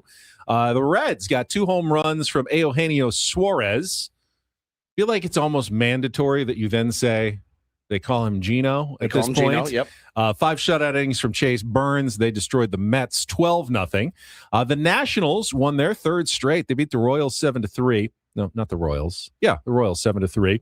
And they are now tied with the Padres, percentage points behind, but tied 3 games above 500 for the final wild card spot in the National League. You think the Washington Nationals are going to stick around for the duration this year? If they stay healthy and maybe get some pitching, I think. All right, let's finish the reach around. Then I want to go through what you think of the actual wild card contenders, because Padres they're not winning the division. Let's be honest about that. So who are the teams that you think are actually going to stick around? Phillies, one of those teams. They got 6 shutout from Zach Wheeler, 9 strikeouts, and a 9-0 win over the Marlins. They're another team that's battling for a wild card. Tigers over the Astros 9-3. Colt Keith, who like Fernando Tatis Jr. had just 1 home run, had 3 of them yesterday. So now he's got 4, drove in 6. Good day. And the A's got 2 home runs from Nick Kurtz in an 11-2 win over the Pirates, who are another one of those National League teams fighting for a wild card spot. So if you look at the NL wild card standings right now, the Cardinals are in the lead at 39-31. They are a game up on the Phillies, who are 39-33, and then the Padres are 37-34. But right behind, in a virtual tie, are the Nationals and the Cubs at 38-35. The Diamondbacks, half game back at 37-35. And then the Marlins and the Pirates, 2 games back at 36-37. And the Reds, 3 games back at 34-37. Let's leave it at those 1, 2, 3, 4, 5, 6, 7, 8, 9 teams that are within 3 games of a playoff spot or holding a playoff spot right there in the National League. Start at the top. St. Louis Cardinals. They are currently the top of the heap. They were not expected to be contenders this season. This was supposed to be a rebuilding year for the St. Louis Cardinals, but they have vastly outperformed the expectations so far. Very young team. Sometimes you see with these young teams kind of wane after the All-Star break and lose some of their oomph. But they're a young team, but they also have guys like Alec Burleson. They've got guys like Jordan Walker with his resurgence. Like they also have some. Jordan Walker's still young too. He's and, young. He's having a really good season. He's got a couple of years. Like in the we big saw league. PCA have a great first half last year and then fell off the map in the second half for the Cubs. I mean, anything can happen. And, again, I think for all of the thing is, if you're the San Diego Padres, I actually think they may be, other than maybe the Marlins, they may be the weakest contender right now. Yeah. I do. Just at first glance, and the Pirates too. I don't know that. With the Cardinals though specifically, I like what I've seen. They're a good team. Wilkheim Bloom, their GM, their president of baseball operations, throw out his plan, which was not going to be to trade away minor leaguers and pick up. I mean, is he going to go for it, or are they going to just take like, hey, this is gravy. If we compete, we compete. Margins. You can buy on the margins. I don't know if that's going to be enough. If other teams like the Phillies, obviously, usually going to be pretty aggressive, adding. Oh yeah, like they did with Yohan Duran last year. The Padres are AJ Preller, always aggressive and adding at the trade deadline. I just don't know, unless the Cardinals change their strategy, if they're really going to be able to stick around all season long. I mean, listen, I don't know that the Padres can stick around. With dead last in offense right now. I mean, dead last in most offensive categories. I think we all think the Phillies are probably going to stick around. It's like all this wild card talk, it's kind of like you're assuming the Padres will be there in 2 months. And I think that's a bold assumption. No, I mean, they're in this discussion, but 3 of these teams will make the playoffs. So Phillies, yes. I feel like they're probably going to stick around. We always do. They don't always, but we feel like they are. All right, Nationals are right behind the Padres. They can hit. They can hit. They can't pitch, though. Usually you need more pitching. Fangraphs, just for the record. All right, give me the record here. Gives them a 20.4% chance, the Padres, to make the playoffs. What about the Nationals? The Nationals have a 7.8% chance. Okay. They're not very low. Even though they're currently tied for a spot. How about the Cubs? I'm going to go by wild card here. You feel like the Cubs, with their big money, they should get it going. Likelihood of making the playoffs for all these teams are the Phillies are the highest at 77%. Wow. The Cardinals have call it 50% chance. Cubs 44.4%. Diamondbacks 36%. Okay, they're Pirates, half game back. 33%. They're Then the too bad. Padres 20%. Marlins and Reds. Mets 18% for the Mets. Marlins 11%. The Reds 6%. See, this is where I don't totally get Fangraphs. The Mets, who have been awful, they're 8 games under 500. Have basically the same chance of making the playoffs as the Padres right now, who are holding one of the playoff spots. Well, they just beat the Padres. Yeah, it's true. But you can't ignore the long path that they still need to come back. Sure. I mean, They're they need still to win 8 a lot games more below. games. Yeah, they're 8 games below 500. They've got to go on a good run to get back into it. I mean, they have I think the ceiling for their stars is maybe just higher than the ceiling for our stars the rest of the season. I think of all those teams that are on the bottom, the Pirates still look to me as potentially the most dangerous because of their pitching that they have and how dominant it can be. They're going to need to add offense, though, at the trade deadline. Will they go out and do what we haven't seen the Pirates make a big, effective trade deadline move in a while. Is this the year that they do it? I think you have to.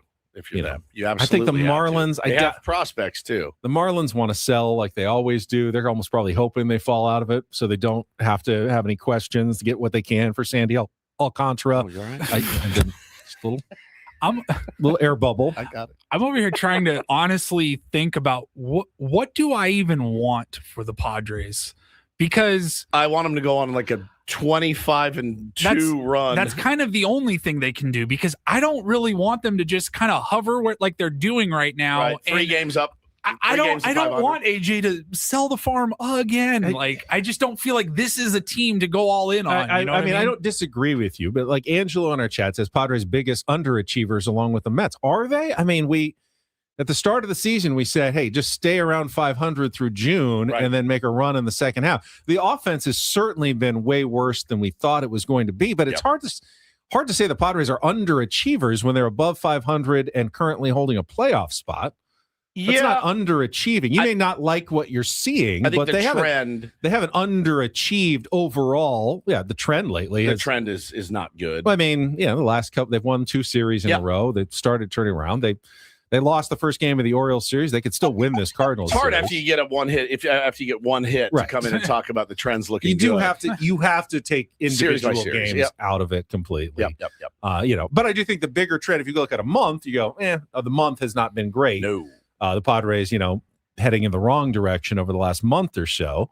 Over the last week, I would say positive direction. Over the last day, negative direction. So, it always is a window of how far back you look to see whether you like your baseball team at the moment or not. Yeah, and Sage makes a good point. They actually have technically overachieved relative to their play, as their expected win-loss record is 34 and 37. They're 37 and 34. Yeah, they've got a negative run differential, so they would expect them to have a losing record, not a winning record. But so do the Phillies, have a worse run differential than the Padres, and they're 77% to make the playoffs. They should be worse than the Padres right now. Yeah, Fangraphs has the Padres finishing 80 and 82. Yeah, Diamondbacks have a worse run differential than the Padres. Reds are minus 46. They've been terrible. Wow. So, there's a reason all these teams are so close. None of them have played much better or worse than the Padres. They've all been about the same to this point this season. Satan's Blowfish with another salient point, as always, says, I think this goes to show how little weight making the dance has nowadays, right? Little weight in terms of you don't need to be that great to make it. But you have to make it to win the World Series. And you can be the 6th seed and win the World Series because you just have to get hot. For a month. That's just a symptom of expanding the field, though. But if you tell me today the Padres make the playoffs, am I happy? Yes. The answer is yes. Of course. It's always going to be yes. It's never going to be no. Right. I'm never going to say no. I don't wanna 78 make it. wins gets you Right. there. I do not care. I just want Manny to get Machado in can there. have a horrible season. Tatis can have a Yeah. horrible season. Get They in. make the playoffs, and they both get hot at the same time. Padres are close to unbeatable at that point. That's right. We'll come back. 2 hours to go here on The Fan.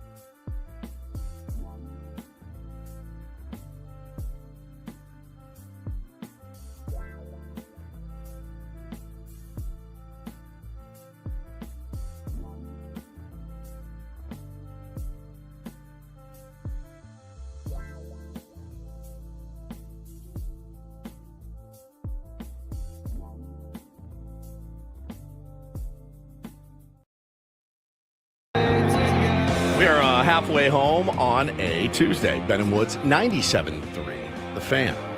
I'm Woodsy. That's Paul Reindl, executive producer. Ben Higgins, your friendly neighborhood sports anchor. People were upset that Samad Taylor wasn't starting yesterday. And my guess is played 7 games in a row, day off, right? That's it. I don't know that there was anything, injury or anything like that. Just giving the dude a day off. Well, I heard Craig Stammen had him in the lineup, but as soon as he was suspended, Randy Knorr made the change and said, Samad, you're not playing. People are going to believe that's not true. Yeah, I think you're probably right. Played a lot of games in a row. Steve says Stammen is starting making dumb decisions. I don't think that that's a dumb decision necessarily to give a guy who's been going at it pretty hard. Again, I mean, tough Dustin right-hander. May, You know, whatever you think about Dustin May, last night he was a tough right-hander. Would you have rather had him in? I mean, if he was playing the outfield, it was either Tatis, Merrill, or Sheets. Yeah. Because they wanted to give Manny a DH day. Yep. So you can't DH him. So you probably have to play him in the outfield. Which one of those guys are you taking out of the lineup for Samad Taylor? I feel like none of them. Hey, Sheets at first and Samad in left if you wanted to. Ty France has been scuffling too. I mean, maybe that would have been the call. Ty France has been. He's been scuffling. He was 0 for 3 with 2 strikeouts yesterday. Ty, who had been the Padres' best hitter in a while, has 1 hit since in the last week, essentially. But you got to get him going, right? You got to get a guy going. So listen, I'm not going to roast a guy for getting a day off. This is what happens. It's a long game, right? It's a long game. Guys kind of Ty France was hitting 291 after going 2 for 4 against the Phillies on July 3rd. He's now hitting 252. Yeah. So he has definitely sunk badly lately. Yeah, Steve, they play matchups a lot, as you know, in the big leagues. It's not an uncommon thing, and it's been a thing in baseball for many years. And sometimes you're right. Sometimes they don't ride the hot hand, but sometimes they do. But the hot hand thing it's a bit overstated, I think, in baseball for the most part. But guys need days off. You don't want them breaking down. You want them ready and fresh. And again, if you drop the first game of the series, okay, you got to have to find a way to win the next 2 to keep that series thing going. It's nice when the Padres win series, but they do put themselves behind the 8 ball a lot by losing the first game. So we'll figure it out, buddy. It's going to be all right. Who's on the bump today, Benjamin? You got Michael King against 2. Andre Palante. Right-hander, I do believe. I believe you are correct. Andre Palante, who is 7-4 with a 3.88 ERA, right-handed pitcher, 1.25 WHIP, 58 strikeouts, 25 walks in 69.2 innings. Nice. Fridgewater, great point here. Everyone had the day off yesterday. That's a good point. Everybody actually did have the day off. I thought Will Wagner played pretty good down at third, filling in for Manny. I thought he did fine. Yeah. Big shoes to fill. Sure. Down there. Had that one that got passed. I mean, the first one ate him up really, really hard. I might have eaten Manny up too. I mean, I think it does. But he was fine. It's one of those games where a little bit off. Mason Miller on the bereavement list. Kyle Hart gets called up. You're already behind the 8 ball with guys being injured, and you run that lineup out there against a guy that throws sinkers and sweepers and 99 at you. It was going to be a tough day for the Padres offense, but they're going to have to figure out a way to get it back and try to win this series today. But all you can do is win. You go 1-0 today. Yeah. Palante has been solid in his last 5 starts, 1 run, 4 runs, 1 run, 2 runs. They really need Michael King to have we haven't really seen a Michael King. Dodgers game was Michael King. Yeah, that was the one. And he even said, I didn't pitch that well that game. So we were thinking, oh, wow, this is Michael King ready to kind of break out and start being his dominant self. He has not been bad at all. He's been very solid and serviceable, but hardly dominant like we know he can be. Yep. It's just, last 4 outings, actually, 4 earned runs, 5 earned runs, 4 earned runs, 3 earned runs. So, he's getting into the 6th and the 7th in some of those. He's a Padres pitcher, man. That's what they do. That's what they do. Yeah, he's just not giving the offense, a nice, comfortable 0-1, 2 runs, because that's the only way you can really feel good about the Padres winning right now. Conversely, the offense is not giving him a nice that's true 3-0 lead to hold a lot. So, yeah, man, just, signs of life the last A couple of series from the offense, but yesterday was a tough one. Tough to come in here and say, no, we're fine. We're trending in the right direction. Because, well, they're not. I mean, again, you can't get any worse than 30th. Right. But you win today, and you feel like you've got a great chance to win your third series in a row tomorrow. Yep.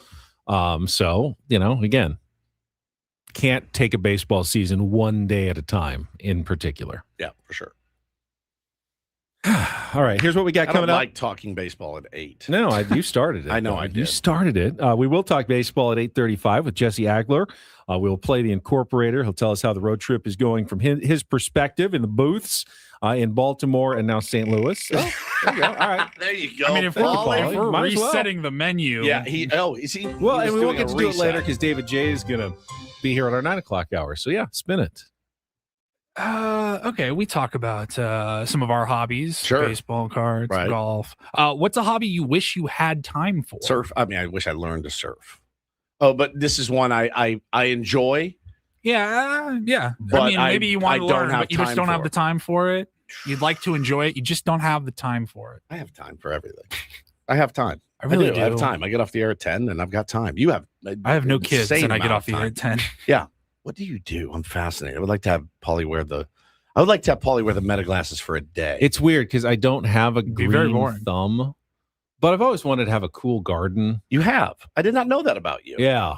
Really? We like many, many years ago, we lived and had like a big backyard and we grew tomatoes and they were so good. Yeah. Like I remember picking and like, these are the best tomatoes I've ever had.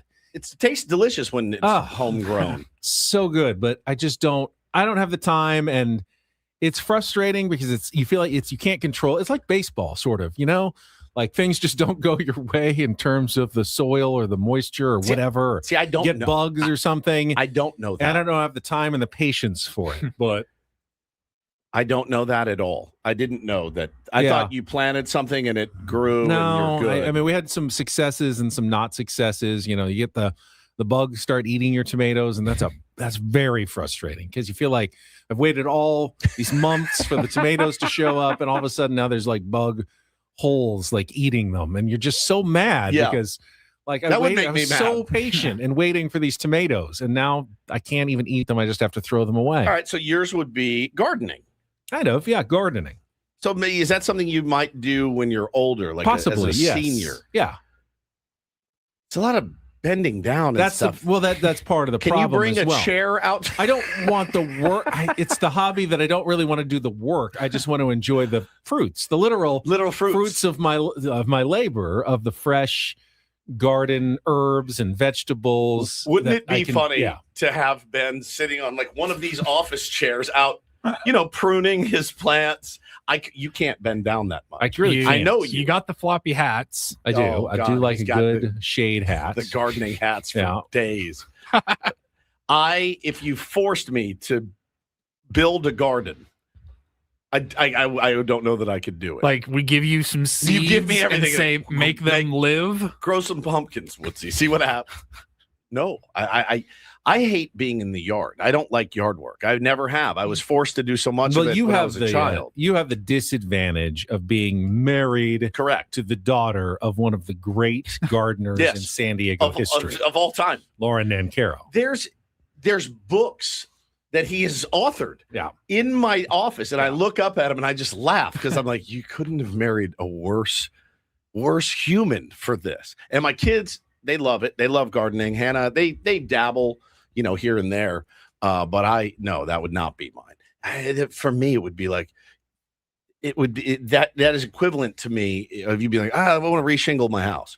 I wish I had more time to reshingle my own home. I wish I don't. I couldn't do that's being outside. I don't like when water leaks from my roof. Sure, but I don't consider that a hobby. No, I don't either. But you know what I'm saying? It would be on par for me.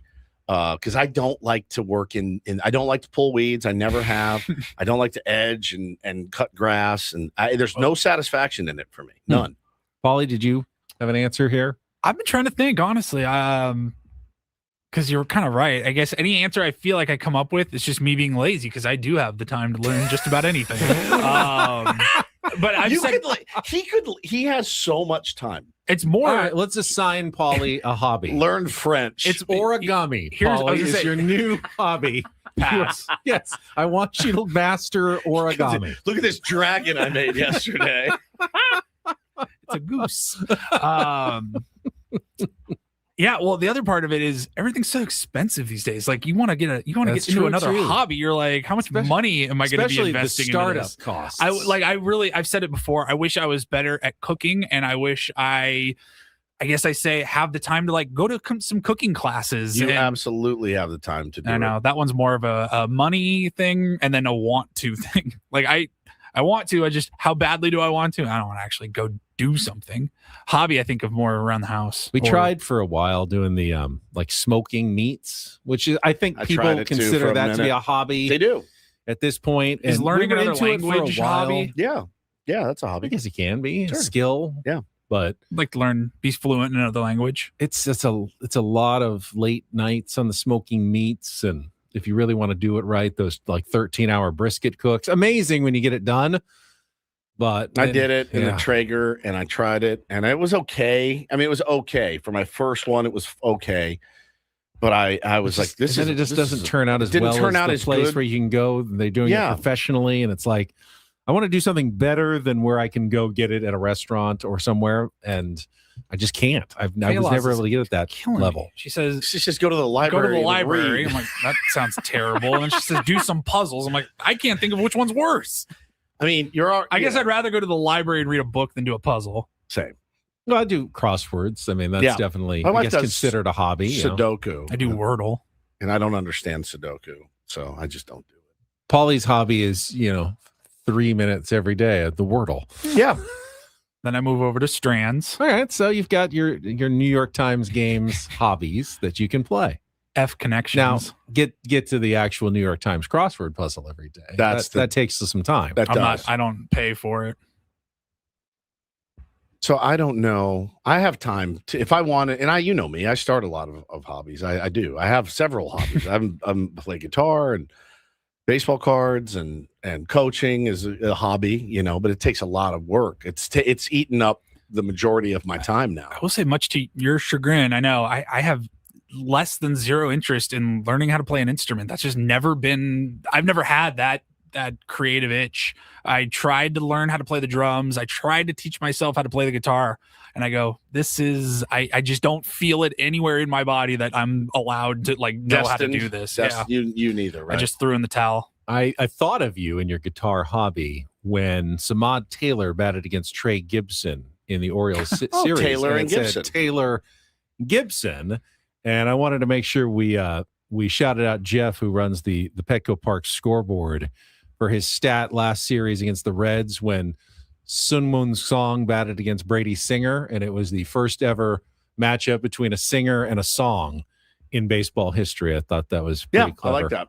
Even Jason Stark acknowledged that one in his column, that was a unique and cool matchup in baseball. I have a Taylor guitar. Mm-hmm. I do not have a Gibson. Gotta get a bow guitar. Yeah, he's very upset that Taylor has his name on a guitar. No, I have ample time to create new hobbies. I think about what other hobbies I might want to get into, and whatever presents itself.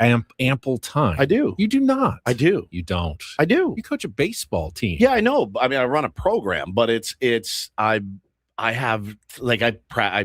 get home from work early, and I have time before my kids are out of school. So I have time. That's why I can run this. If I had a 9 to 5, there's no way I could do it. No, I know that. Right. But you've chosen to fill some of that time organizing and running a baseball team, which is fine. It's great. I don't know that you'd call it a hobby, but I think it kind of is. It's not a career. It's not a career. So, it's actually costing me money. Right. So that's a hobby. I just thought of my ultimate one. All It would be to take the time to learn things I should know about my car and how to fix it and work on it and maintain it.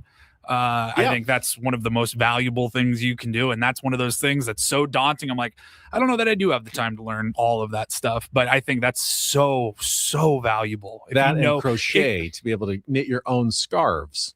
Sure.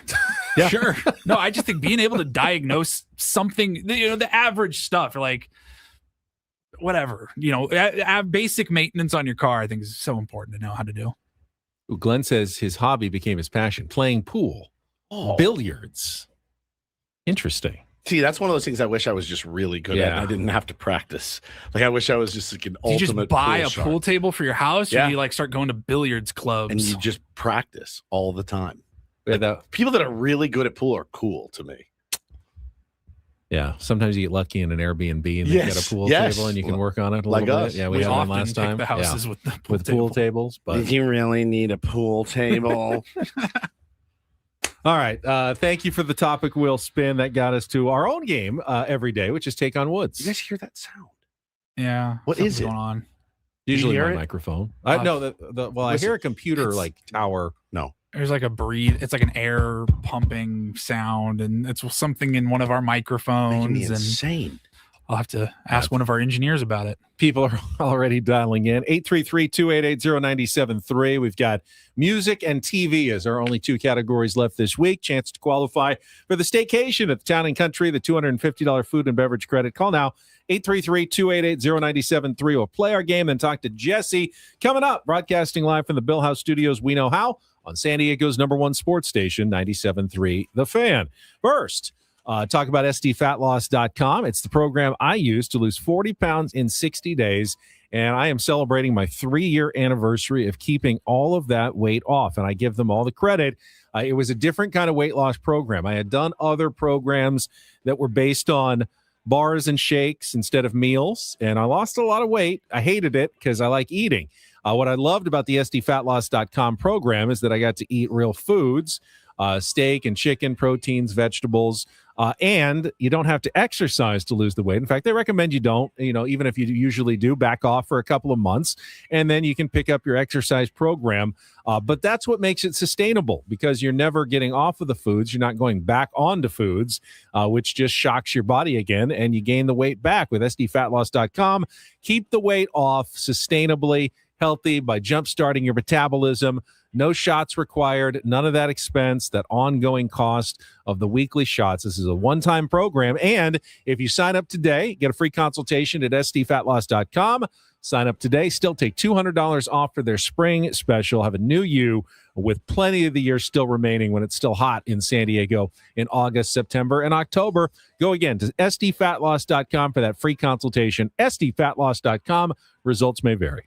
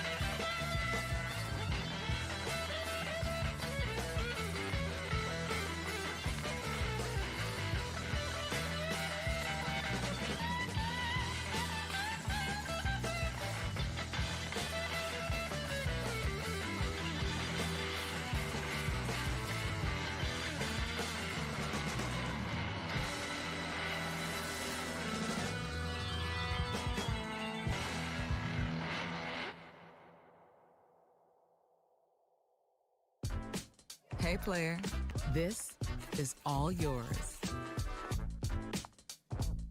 This room with this view. This speakeasy with this cocktail. Hey, could you make that too? The spa with this. Ah. And this pool on this roof. This is all for you. The all-new Hamul Casino Resort, now open.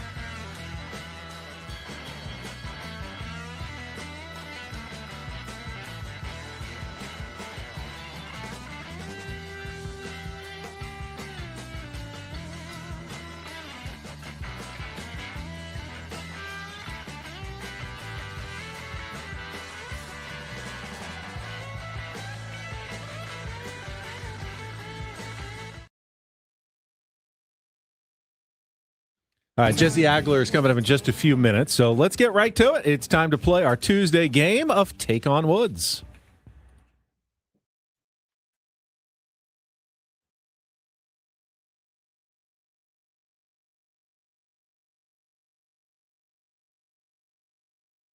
Woods. Take on Woods brought to you by Bay Alarm, security and fire alarms for every business. We got you. We got Kim today. Hello, Kim. How are you? I'm good. How are you, Ben? I'm good. All right, let's give you an opportunity here to qualify for our monthly grand prize. It is a 2-night stay at the Town & Country Resort, $250 food and beverage credit. Work on your resting vacation phase this summer at the Town & Country Resort. 3 pools, a 4-story water slide named Twister. You can make Town & Country a family favorite with rates starting at $199 per night exclusively for fan listeners at towncountry.com/thefan. All right, all we have for you is either music or TV. The music category is Sweet Tooth, all 2-second songs with sugar in the name of the song or the artist. And then TV is Made in America, 5 TV shows whose titles begin with the word American. So you want to play music or TV against Woods today? TV, please. TV. All right. Again, 5 television shows whose titles begin with American. You'll have 60 seconds to answer as many as you can. If you don't know one, say pass. We'll come back to it if there's time left. First question's the 2-second TV theme song. Paulie will play you a short clip. You need to identify the show based on that music. Compare your score to Woods. If you beat or tie him 5 against 5, we'll put you into the drawing for the Town & Country. Cam, are you ready to play? I'm ready. All right, Paul, you good to go? I'm All right, ready. the category in TV is Made in America. Your time begins when Paulie plays our TV theme song. Good luck, Kim. Let's take on Woods. American Idol. Correct. Which animated Seth MacFarlane series centers on CIA agent Stan Smith and his family? American Dad. Correct. Regular folks got to compete for cash prizes against in-house competitors with names like Laser, Turbo, and Diamond, in which syndicated show American Gladiator. Correct. For decades, Dick Clark hosted which show that introduced top 40 hits to a studio? American Bandstand. Correct. Former San Diego State defensive lineman Akbar Gbajabiamila is the longtime host of which reality television competition show? Oh, can you repeat that? Former San Diego State defensive lineman Akbar Gbajabiamila is the longtime host of which reality television competition show? American Ninja Warrior. There you go, Kim. 5 out of 5. Well done. You have qualified. Nothing Woods can do about it. Stay on the line. Paulie will get your information. Let's bring Woodsy in for the same 5 questions. See how he does in our TV category today. I'll give you the category. It's called Made in America. Okay. I won't tell you what it means. All right, here we go. 60 seconds on the clock. So clever. Your time begins when Paul plays our 2-second TV theme song. Good luck, Woods. Let's take on Kim. Oh, it's American Idol. Correct. Which animated Seth MacFarlane series centers on CIA agent Stan Smith and his family, which includes a wisecracking alien named Roger? It's American Family. Wrong. Regular folks got to compete for cash prizes against in-house competitors with names like Laser, Turbo, and American Gladiators. Correct. For decades, Dick Clark hosted which show that introduced top 40 hits? American Bandstand. Correct. Former San Diego State defensive lineman Akbar Gbajabiamila is the longtime host of which reality television competition show? You might need this one. Former San Diego State defensive lineman Akbar Gbajabiamila is the longtime host of which reality television competition show? Any thoughts on the category? American, yes. American Taint. You lost. Is it a cooking show? No, it's more like Wipeout. It's American Ninja Warrior. Oh, that show's good. And then you missed American Dad, not American You combined Family Guy and American Dad. You're right. Lost or tie. Oh, 5-3. Oh, she Yeah, smoked. you actually had already lost by American Dad, but I led you on just to think that it was important that you got that last one. Yeah. Yes. Sorry, I won the series. You did. I mean, I've won like 3 out of 4. You so. did. Well, you're 1-1 this week. That's so true. Tomorrow we'll decide the it rubber in our match. music category, which is all we have left for tomorrow. Thursday we will play Real or Fake. And then Friday we're off. Friday we're off. It's holiday. I guess you could do wild card tomorrow. No, you didn't have one. I didn't. I only did you the only did 3 4. because Yeah, we only 3. had because we didn't have Friday, so I just did the 3 standards for this week. So tomorrow will be our music category, and then we'll play Real or Fake on Thursday. They're throwing tomatoes at me in the chat, by the way. Fresh garden-grown tomatoes. Chair-picked tomatoes. They just want you to be better. I know. That's fine. I'm doing my best. All right, let's. I blame the take on Woods coach, not you. Yeah. 100%. All right, let's take a time out. When we come back, we will head out to St. Louis, Missouri. Under the Arch, Jesse Agler will join us, and we'll play the Incorporator. All coming up next with Ben and Woods on San Diego's #1 sports station, 97.3 The Fan. But first, you know what time it is. Time to wake up, pour yourself a delicious ice-cold glass of Eco Water. Goddamn jug. Yes, Eco Water SoCal. They bring the soft life right to your kitchen sink with mineral-rich alkaline water. Telling you about it for years. I've got the Eco Water system in my home. And I remember the day I came home and told my wife, hey, guess what? We're getting the Eco Water system. She said, oh, okay, great. Water filtration. And now it's like the 5th member of our family, our Eco Water SoCal system. It's been phenomenal. Best move we've made. Really felt like a hero bringing that system home. Now, I did not install that system. That's not something that you would want. The professionals at Eco Water SoCal, they will do that for you, and they do a great job at that as well. They got financing up to 84 months. It is a no-brainer, guys. No plastics. It's all the healthiest water that you can drink. And the taste is spectacular, and you will notice the difference. Trust me. 760-350-3338, 760-350-3338, or you can simply go to ecowatersocal.com. When you do call or go to the website, let them know Woodsy from 97.3 The Fan sent you, please, because not everything in life should be hard, especially your water. They've been keeping it soft since 1925. They are Eco Water SoCal.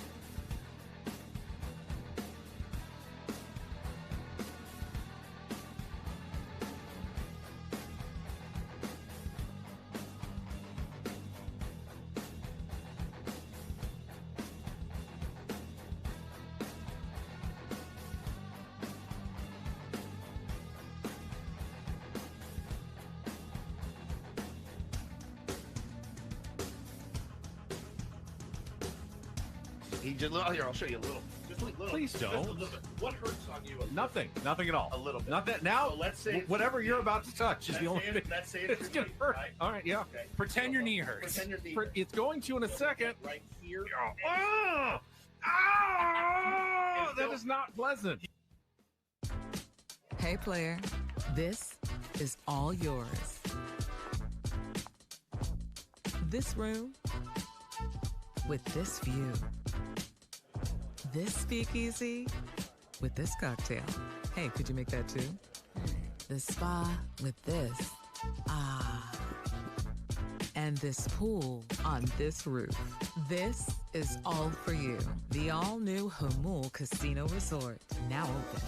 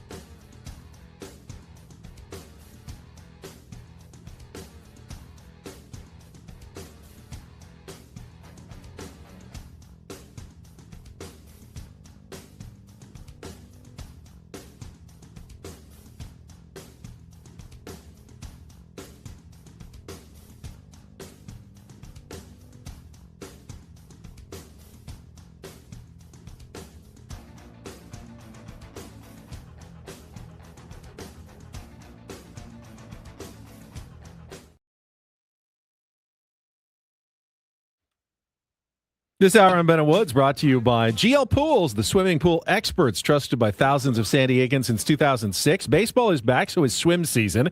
Make sure your pool is ready. Call now, mention radio for a free month of pool service, which leads me right to my first question for Jesse Agler, who joins us, voice of the Padres from St. Louis, Missouri. On your travels with the San Diego Padres, especially in the summer hot road trips, do you ever avail yourself of the pool at your MLB provided hotel? Good question. Occasionally, it sort of depends, obviously, on the place. But, there's a couple of places we stay that has a really nice pool. And if it sort of works out weather-wise, off-day-wise, might throw the bathing suit in the suitcase. Coincidentally, the place we stay when we play the Rangers has a really great pool. I was not thinking that far ahead. I did not pack a bathing suit, but you never know. The place in Arizona has a really nice pool, but for me, it's actually too hot there to even go outside when we go in the summer, so I don't usually do that. But yeah, every once in a while, it's nice to just kind of take a quick dip and cool off. Yeah. Do any of the hotels have indoor pools? I remember as a kid, I once went to Boston with my grandparents, and there was an indoor pool, and I had never heard or seen such a thing growing up in San Diego as I did. And I was like, oh my God. And then it was so chlorine-y and hot and sticky in there. Yeah. It was weird. Yeah, it's gross. The humidity, you can just feel the thickness of the air when you walk in. Yeah, it grosses me out a little bit, the indoor pool. I'm not a huge fan of the indoor pool. Yeah, I just changed gyms, and one of the reasons I changed gyms, this other place didn't have a hot tub. I went in the new gym's hot tub once and was like, there's no disease that I didn't just catch. So I have not been back in since. Also, have not dipped my toe into the lap pool yet either. I can't do it. I'm going to have to quit. A fan. No, I'm not. There's not enough chlorine in the world. No, there's just not. There's really not. They put all of it in the world in those pools. They do. You can smell it. I said this morning, Jesse, and you'll probably disagree, but I watching the game last night, and I didn't get too upset about this one. I just didn't. I don't know why. But I was watching it going, man, he's really on and we're really off. And it's just kind of a confluence of events. But you as a broadcaster, would you rather call it a perfect game, even though it was against the team you call games for? I said a walk and a single. I would have rather just seen the perfect game or the no. I really would have. The no, I would say no. The perfect game, there's a sick part of me that was like, oh man, because obviously I've never seen a perfect game in person. Right. There's 24 of them ever. You trace Major League Baseball history, one way or another, if you want to call it 1903 or 1869, whatever. There's 24 perfect games ever. So there's definitely a little part of your brain that's like, wow, to see one of those, you're talking about getting hit by lightning, basically, odds wise. Or getting a winning lottery ticket. But also I with the way the Padres season is going right now, no, I'm good. We don't need that. We don't need that piled on. Yeah. And so when Fernando, and so again, I'm sort of battling that inside my mind. And it's one of those things you don't really know until you know. And then when Fernando drew the walk, I had a real sense of relief. And I was like, okay, now I know. I know I didn't want to see it because I was like, oh, thank goodness. So that, and then at that point, I've seen no hitters. I'm good on no hitters. I don't need to see that happen. So Manny getting the hitter, right after that was fantastic. But yeah, he was really good, man. That was legit. And, it would not have been a surprise had he done it with the way he was pitching. It was very, very impressive. And, man, you're going to run into that sometimes. And it was crazy. It was definitely we've seen no hitters. We have seen no hit bids in which you're like, how on earth is this guy doing this? Sure. And it's almost like you get mad about it. That was not one of those last night. Yeah. You were like, oh boy, this is real deal. And it was very, very impressive. Jesse, what was your read and take on the Ron Marinaccio hitting of Gunnar Henderson, Craig Stammen getting ejected, both of those guys getting suspended? Obviously, Stammen was not in the dugout last night. How did you all see it kind of transpiring on Saturday in Baltimore? I mean, if you pull the tape of when it happened from Saturday and you listen to Tony and I think we pretty much predicted exactly all of this. First of all, I think we said immediately, well, as soon as the umpires got together, we were like, well, Marinaccio is probably going to get ejected. And then at some point, in that moment said, might also get suspended. We threw that out there then. We just sort of know how this thing works. None of this is a surprise. MLB is fairly consistent with the way, they handle that kind of thing. Now, stepping back from that piece of it, I kind of loved how the Padres handled this. Obviously the kid Gibson was not headhunting. But there is an element of, you got to kind of stand up for your guys. He's not trying to throw at Manny Machado. He's not trying to throw at Xander Bogaerts. I think everybody understood that. Everybody knew that. But you throw up and in at Manny Machado and he ends up laying on the ground.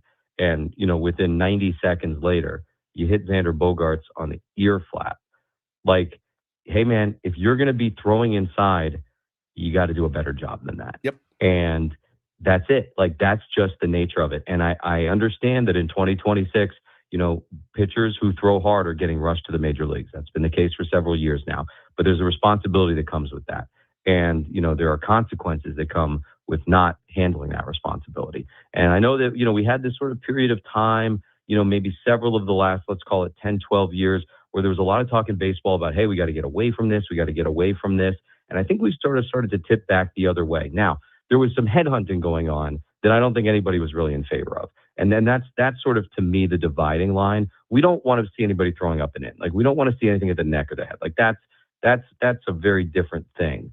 But, if somebody's going to get hit in the hips or the ribs or the butt or the back or something like that, the idea here is that, and I'm talking hypothetically and theoretically, I'm not suggesting Ron Marinaccio did do this on purpose.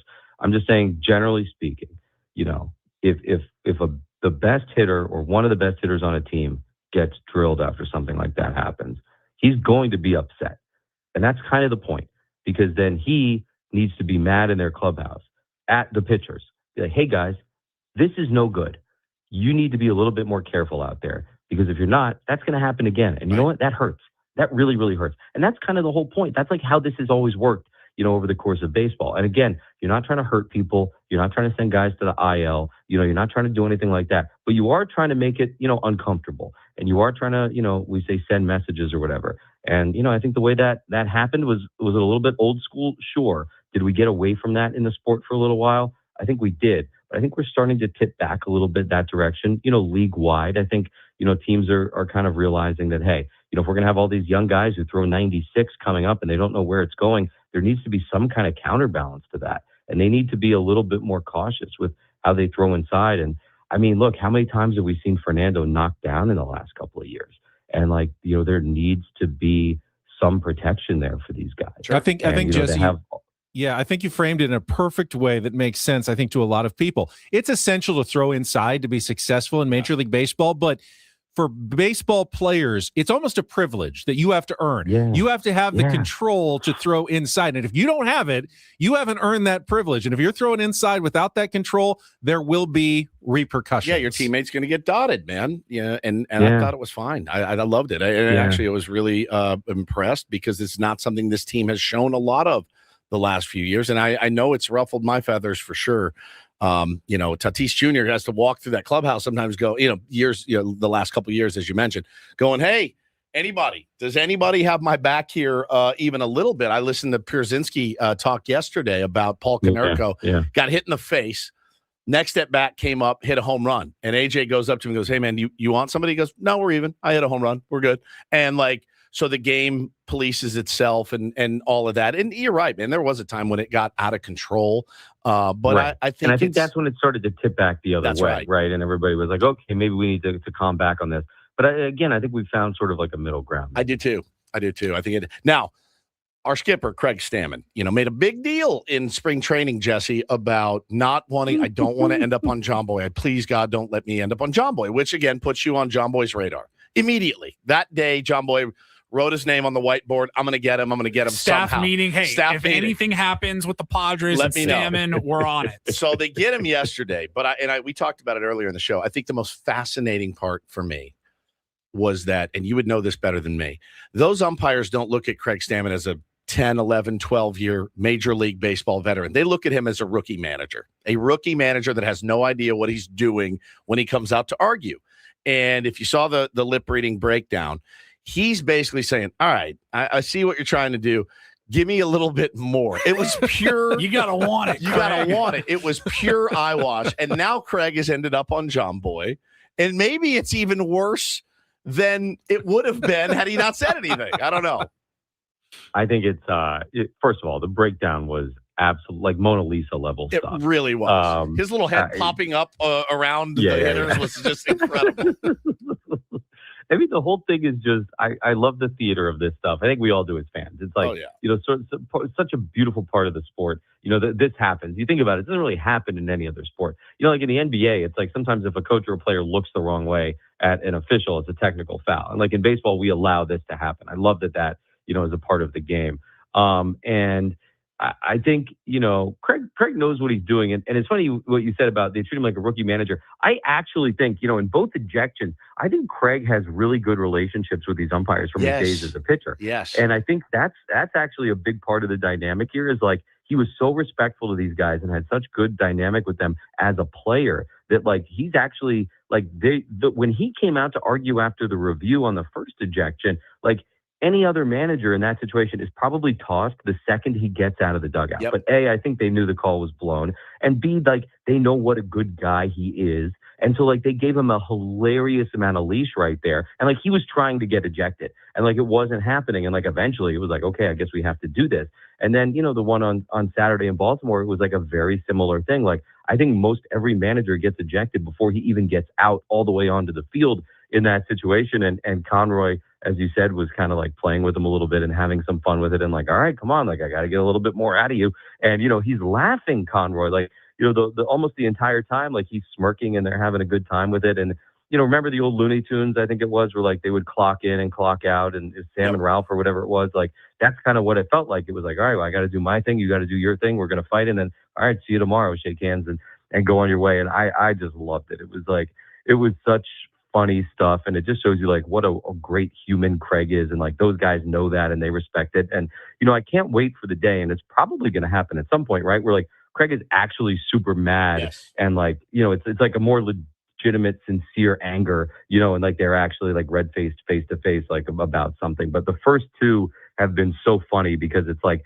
the umpires kind of understand the moment, understand the situation. And, just kind of an all-time one on Saturday because it was almost like everybody sort of knew exactly what was going on. And it's coming because this sport that it comes for everyone. I mean, there's just no question. It's not a matter of if, it's when for Craig. I can't wait to hear him talk about it today in the scrum because it will be fantastic. And obviously playing with a roster, Jesse, that's probably not what you imagined, but last night notwithstanding, the guys have been playing pretty good, and it's kind of fun watching young guys come up and play for their dinner, so to speak. Like they're big leaguers now, but they want to stay. They like those hotel pools that you mentioned. They want to stay there. Have you ever seen a player at the pool?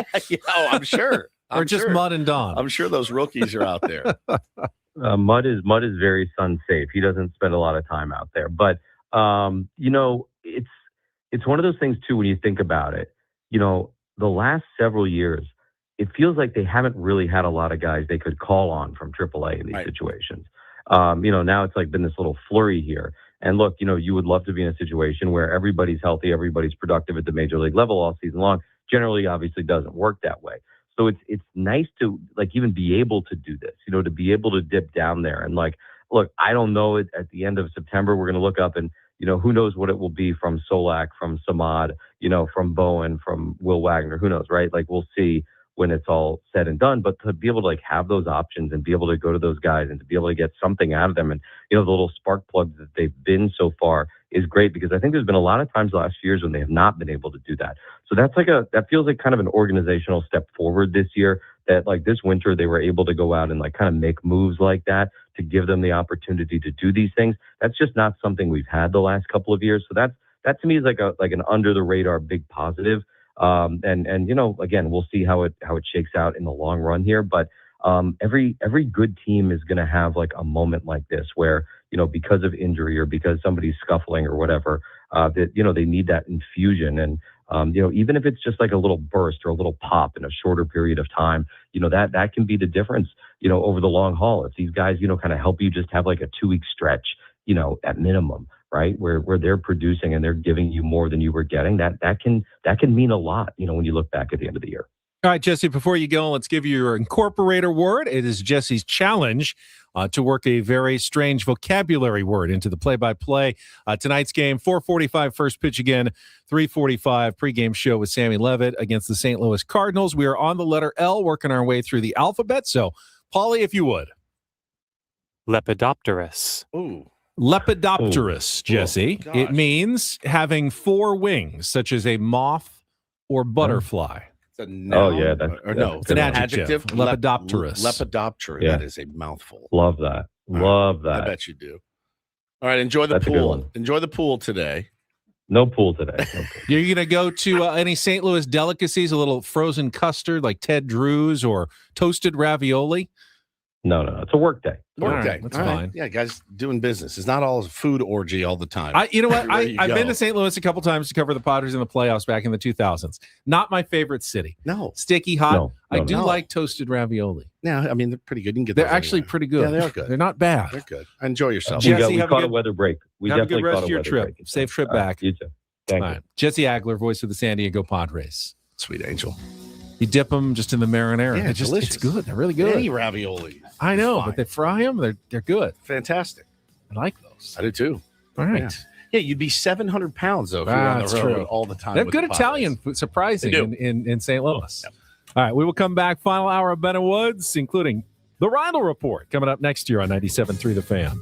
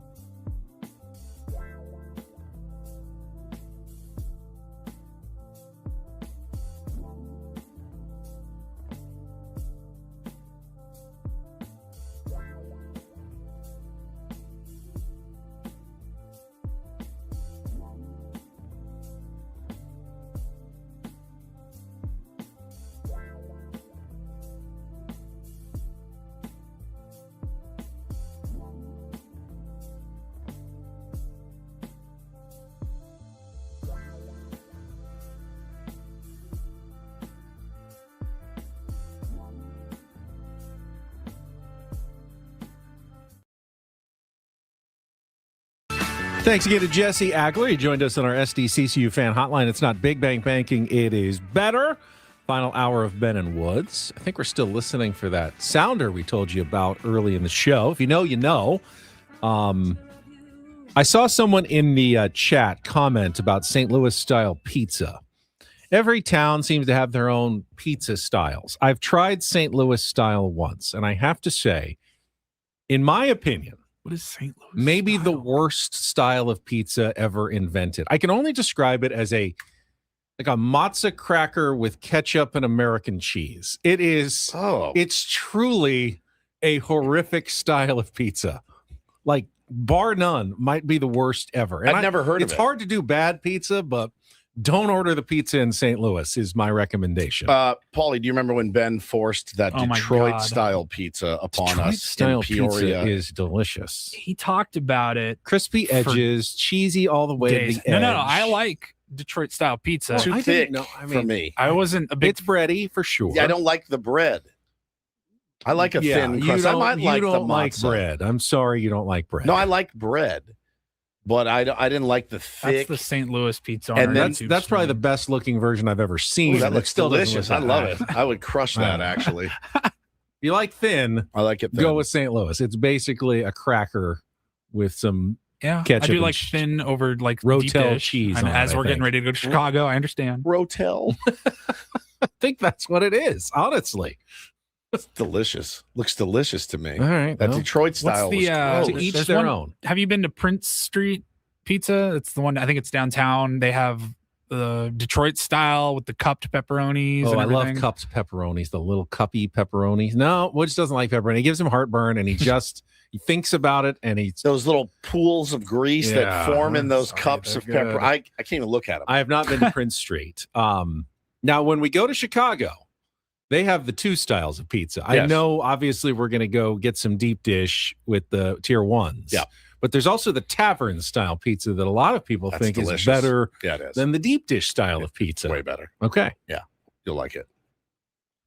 Deep dishes. It's lasagna. I view it more as a lasagna. It's a lasagna with some crust. K-Laws. Woods is low-key a picky eater. I see where Taylor gets it now. Oh, yes. I mean, Oh, absolutely. I'm Woods not- is a picky eater. no, I'm just basic. Yes. I like it You and basic. Taylor have a similar palate. No. He's picky. I'm basic. He likes quesadillas and chicken fingers. And that's it. Yes. And you also like quesadillas and chicken. No, I do not like quesadillas. Really? You don't like quesadillas? I like chicken fingers. We took them for graduation, the fake graduation to Pacific Coast Grill, which is a nice restaurant right on the water. Yes. Beautiful place. Taylor ordered chicken fingers. It was great. He crushed them, loved it. The next day, what do you guys want for dinner tonight? I want chicken fingers from that fish place we went to. And I go, hey, that was a special occasion. And he flipped out. I go, I'll get you chicken fingers from somewhere else. I don't know that they do DoorDash, to be honest with you. And it's probably really expensive. Really expensive. He's like, I want them from that place and that place only. my And I go, God. I can't. So I've now created a monster who only likes the finest, fancy the chicken finest fingers. chicken fingers. It's never a dull moment. All right. The kind of place where they call them breaded chicken. Yeah, cutlets breaded or chicken. something. Yeah, exactly. Not chicken fingies. But yeah, so now he only wants them from Pacific Coast Grill.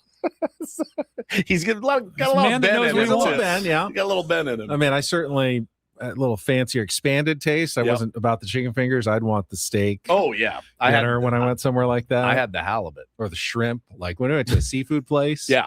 Give me the shrimp or the lobster, something with shellfish in it. Well, That yeah, was always as a 100%. kid. I loved that. What was the line we used from Ben that he said it like year one on our show? Something about like you only wanted to go to places with tablecloths. Tablecloths. Yeah. Yes. White Tablecloth tablecloths. restaurants. When you were like four five. or five, you told your mom, I want to go somewhere with the tablecloth, Yeah. which Like, is crazy. screw the No play Mickey place, D's. I didn't want McDonald's, kids' Godfather's meals Pizza. Or Playlands. I wanted tablecloths. That's incredible. Nothing's changed. God. Really. Nothing's changed. Now my children are that way. I can now recognize that in the modern world, some really, really good restaurants do Yeah. not have tablecloths That's true. anymore because tablecloths are a little gross, actually, at They some are. point. Yeah, Yeah. it's true. I Fair want to see enough. the clean table underneath. I don't want it to be hidden by a tablecloth. All right, Pizza Boy, you hijacked the Reindl Report again. I know. It's time. Let's get started. And get things started here with our today's edition of the Reindl Report. Now tuned into the greatest. Welcome to the Reindl Report with Paul Reindl. Hi, Paul. All right. 2 stories from the world of sports that we haven't gotten to yet. We'll start off in Major League Baseball. And 1 story that you didn't know you needed. Are you laughing, biatch? It's the Reindl Report. Hey, Paul, how you doing? Okay, how are you? I'm good. How are you doing today? Okay, how are you? On 97.3 The Fan. Are you ready to bless the mood? I need some help, please. That was good. Can I get a All right. I love that. Amazing addition. how one It's small so- addition just One changes little the whole addition thing. changes the whole thing. Good. I'm good. Brett Michaels playing tomorrow night at the fair, by the way. Wow. Yeah. I have reached out to his people. Good. I'm waiting to hear back I still. want to go, but I'm not going to. I've tried to get him back on the show. We'll see. I'm good. I'm Good. How I'm are good. you? See if he'll do it again. Sweet angel. But we take the call live. He might have been listening right now. I as texted, he's I don't know in if it's town. his agent or just somebody that worked with him in the past when we had him on 2 or 3 years ago. And I kind of reached out to the guys like, I have no idea if you still work with Brett. We'd love to have him on. And he's like, yeah, I do. I'll see if I can fit it into his schedule or whatever. I was like, oddly enough, we've been talking about him a ton over the last couple of weeks on our show. I'm good. It just Why? Nothing, everything, all good Don't things. worry about it. Don't worry about it. Lays All good things. me out. I'm good. I'm good. All right, let's jump into All right. it. We will start off in the world of football. I believe we talked about this on Don't Do This yesterday. Brendan Sorsby, the former Texas Tech quarterback who's been involved in this gambling scandal in which he was deemed eligible to play, and every other school in America has lost their minds over the last, week and a half. Yep.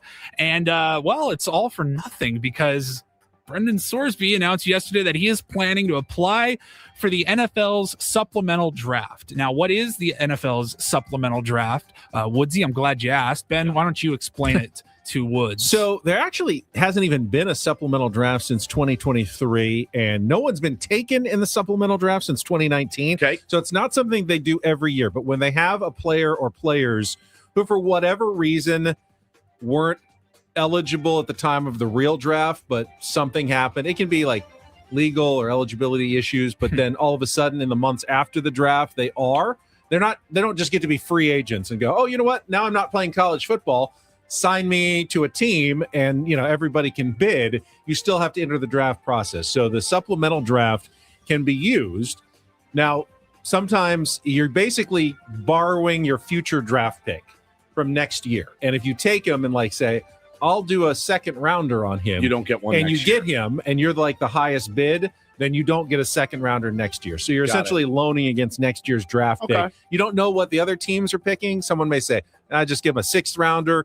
A lot of teams will say, I don't want him at all. So, and if everyone says we don't want him at all, then he becomes a undrafted Can't free believe agent. he didn't know that. So question is, now that Texas Tech has completely debased themselves for 10 days, he's now going to the supplemental draft. Now, could he have, when this was all going down and there's going to be, you may get banned from college, he could have absolutely just gone to the supplemental draft. He could have, right? he could have announced it before. Now, he had a court ruling in his favor. The injunction. Yesterday, yeah. the Big 12 filed its own lawsuit looking to impose its sanctions on him. Had they won and banned him from basically playing any Big 12 games, then he would have been out of luck. And he realized, well, now I'm once again possibly not going to be able to play at Texas Tech any meaningful games. And rather than risk that, it looks like he's going to try for the NFL. Now, I don't know. I was going to say, what does this do to his draft stock? Does any team plummets? I would guess. Right. Yeah, but I think he's a high enough value prospect that there will be some teams that at least will say, oh, absolutely, 6th, 7th round for next year. Yeah, I'll give that up. Will someone go higher and, put a 3rd or 2nd round, 10, right. That I think that's the question here. I have no doubt that he's worth at least a late round gamble for some teams. We'll see what actually happens and whether the NFL actually permits this to go on. I mean, they may have some issues as well. We will see. And again, he is pivoting with every speed bump that comes his way. He's pivoting to the next thing. Right. If you're Texas Tech, you've done some pretty bad damage to your reputation, have you not? I think they would dispute that, but I think everybody else would say that they've come out as the big losers and all this. I used the word debased. They did. They debased themselves. They will say, we defended a young man, who was needed help. He's in our custody, essentially, and we did what we were supposed to do. I don't know that I buy that. I mean, I tweeted at a guy the other day. He's like, look, I'm so proud of my university for sticking by somebody with these problems. And I said, man, would you have put your arms around this kid and embraced him if he was mediocre? The answer is no. You wouldn't. You said, "Dude, get out of here. You're gone. Done. You're done. You gambled on football. You're out." Yeah. They would have turned their back on him so quickly if he was not. I mean, the right thing any to good. do would be to say, "Hey, we will still want you as part of our program. We will support you in your rehab and all your efforts at school. But you will not play football You're not for us. playing But we football. will support you in every other way." I think they would have said, "Okay, then you are on the up and up." But trying to get him to play football, all of a sudden you wonder about their motives and whether it really is Actually, just I didn't wonder about win their motives football at games all. and make money now. I knew exactly what their motives were, and we all did, and we all have, and that's probably never going to change with athletics. That's unfortunate. Yeah. All right, we'll move on. Kind of just a put a bow on the NBA Finals. In the studio, we have ESPN on most mornings, and yesterday actually they had a question. They were talking some hoops. And they had a really good question that I wanted to bring to the table here. And LeBron or MJ? Yes. Finally. Who is the GOAT, MJ or LeBron? Woods, your thoughts? No, but I am genuinely curious. Woods being the most casual of the three of us for basketball. Yes. The question was, did this NBA playoff run help or hurt Victor Wembanyama's image? And I thought, that's an interesting question because I've said it on these airwaves. I think we're looking at a potential like top 10 all-timer in Wemby. If he can stay healthy, he's must-see TV. He's unbelievably talented, and he is. That's all still true. But man, like I've got a low-light reel that's going right now on our YouTube stream of all of the dirty plays that he was involved in. More after that, he had a weird exchange at the end of his press conference after the finals. He walked off the court without shaking anybody's hand. Yep. I am kind of chalking it up to he's still a very young player, and he's got some growing up to do and maybe some maturity. But some of the highlights are, again, the lowlights of these plays, you can't really defend it. And he's pulling hair and stuff. I came away multiple times in the finals. I said, Wemby's kind of a little Bieber. Like, he's kind of a dirty player. Purple Nails, he says he's French. That really explains all of it. He's French. No, I listen. He's a young player, right? He's young. He will learn. I think not a great look, but I do think it's not like he's irreparable damage. He's Kimmy says he'll grow from it. Kimmy, he can't grow anymore. He's 8 feet tall. That's not going to happen. So he's done growing, I think. Personal growth. I think he will. I think he will learn from it, or he's just going to be that guy his entire career. Lean into it. Yeah. Yeah. I don't think so. I mean, in the last 3 seasons, I think we've fundamentally seen that Wemby is pretty good guy. Now, this playoff run showed us a different side. I don't think it exposed the real Wemby. I think he got attacked series after series brutally because that's what you do to the star player by every single team. Star player, and he snapped a little bit against the Knicks, and that is probably the learning lesson that you're talking about. But I also think you can't be a superstar legendary NBA player and just always be the nice guy. I mean, right? Tim Duncan kind of was for his career with the Spurs similarly, but I think that Dirk edge Nowitzki. that he showed, I don't want him to be like, dirty Draymond Green his whole career, but I think if people know he's got it in him, it will help him in the long run, knowing I can't just relentlessly push on this guy or he is going to push back at me, and I think he kind of needs to show that a little bit. That's a good point. It might end up being a good thing for him in the future. Him. I told you, man, my Taylor is just enamored with him. Yeah. He's never seen anything like that. Nobody has. And nobody has, right? Like watching his athleticism. I mean, Benny and I, when we grew up, you had Manute Bol, and Manute Bol came into the league, and you're like, remember the Sports Illustrated cover with him, and like, It was Muggsy Bogues. Bogues, It's yeah. crazy. And, Sean Bradley. but you look at Manute Bol play and you look at Wemby play and you go, that's not the same player. That's not even Wemby close. will block you and then dribble the ball Shoot a through guys all the way down the court. Can pull up He's from awesome. 5 feet behind the line. He's awesome. He's going to stay awesome. There was a couple plays like with him and Brunson in particular. Brunson, who's by the way like literally a foot and a half shorter than him. He's like 6'2", and Wemby's 7'5", 7'4", 7'5". I mean, there was a couple where he just like grabbed him by the head and threw him to the ground. Or the one is when Brunson was in the air shooting the three, and he sticks his foot on the landing spot. Gnarly. Intentional. It looked intentional, It at really least did. in my opinion. That's how people break ankles and get really hurt, sprained ankles, whatever. And that's when it's like, hey man, you got to respect the game a little bit more than that. Yeah, for sure.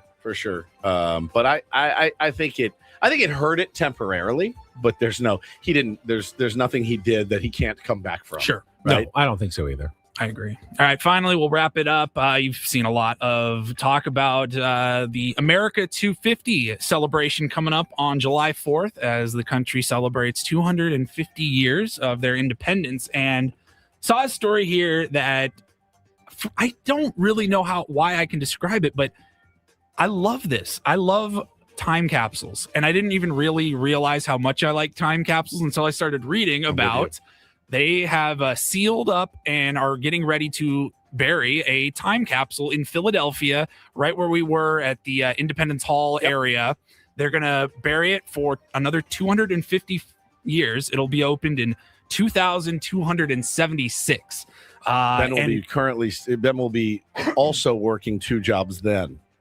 I think when I was a kid in elementary school, at one point, we were a part of a time capsule burial. Don't remember how long it was going to be for. I think we were too. I have no idea where it was, or I don't remember anything that went in there. Still haven't heard. I got any email about it yet. When are you guys breaking this thing out? But the idea of getting to open, like, I want to be there. I want to be at the next time capsule opening. When is that? So you talk about, your fascination with it. It would be more exciting to me if they were opening one this week. Or on July 4th. It would be more exciting if they were opening one than that's what I'm saying. Hey, Like the founding fathers buried 250 years ago. Are you kidding me? Right? Like I would be so but enamored I think you guys with that. kind of, I know this is kind of a hot take, but you both said it. You did one when you were in elementary school. Yeah. These are things people did to entertain themselves back in the day before we had a lot of entertainment. Like, hey, let's bury a time capsule and we'll all write a letter and we'll put something cool in here and we'll bury it for future Documenting human generations history. to be. We have the history from today. Everything is documented. No one's going to be surprised at what's open. Even in 250 years, they will be able to know probably disagree. what is in there. Don't you want to know some of the things that went in there? Well, I will, yes. like your Civil War pickle fascinates me. I know it does. It fascinates me. And it's a pickle from the Civil War. I used to go to Civil War sites, where they had battles. I was riveted by that kind of history. So if they had a time capsule from 1776, old Manassas Woods over here, I'm all in. Like I'm all in on that. Just like I've always been fascinated with messages in a bottle. Ooh. I've always wanted to get one. Always wanted to send one. I think I tried when I was a kid. I think it washed back on the beach in Galveston or something. How would you properly? I don't know. Begin your message in a bottle experience. You have to like take a boat way out and just drop it in.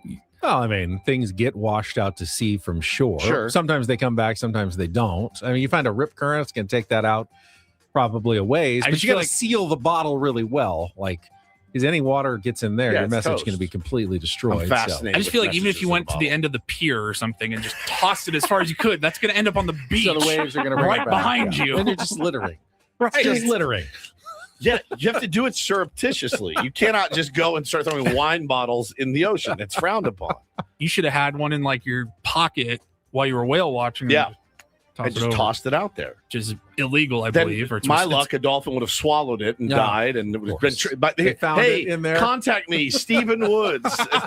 Here's my address. With a Ben and Woods sticker in Write there. me a letter. Responsible for murdering dolphins. No, I'm all in on this. So for the time capsule, they wanted representation from all 50 states. So all 50 states were able to submit something. I'll just read, like, California's has a letter from Governor Newsom and his wife. Governor Newsom. Governor, I like that. That's Governor Gavin is now Governor Newsom. It had a $1 coin commemorating Steve Jobs and Pixar, a poem, a photo of California, an AI generated prediction of what California will look like in 2276. And then there were some oddities as well, like for in the sports and culture department, there was a coin from the 2026 NFL playoffs, personal letters from the commissioners of the NBA, NHL, and MLB, and just like some student artwork, essays that kids from across the country were able to submit. So they've got it all sealed up in this giant container, and they're going to bury it on July 4th. Nice. Out in Philly. Will we still have sports in 250 years? They will look vastly different, is my guess. Baseball, honestly, doesn't look that different than it did. It's true. 100 years ago. I mean, certainly the stadiums and the everything around it, but between the lines looks kind of similar than it did. I think it would be recognizable to someone.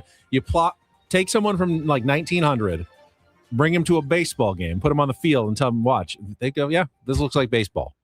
Good baseball, but yeah, right? Guys throw much harder. Actually, they don't. The radar guns were different back in 1903.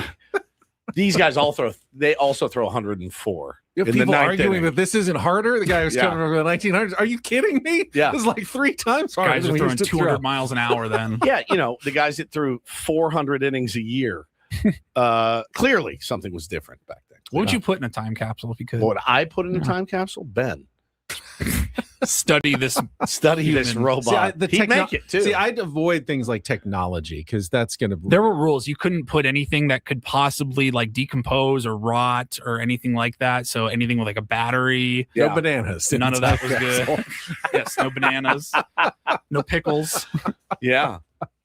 I'm fascinated. Like I would love to go to an opening of a time capsule. Yeah, but again, we did one for elementary school. No one's ever emailed me to let me know, hey, remember 30 years we were going to open that. Were they doing it in elementary school 100 years ago, though? Because then I want to be there for that opening. Where are all these time capsules? Is there a database? If you just like ran a track, like start backhoe or something, if people are there capsules everywhere? If people aren't on top of things, it can be easy just to lose the time capsule. Right. I need a database of where they all are. There's probably some valuable stuff in them. Elise, I'm saying for my message in a bottle, I would have my email on there, and then they could reach a, hey, I found this off the coast of Vietnam. I'm going to write you an email, but I don't know.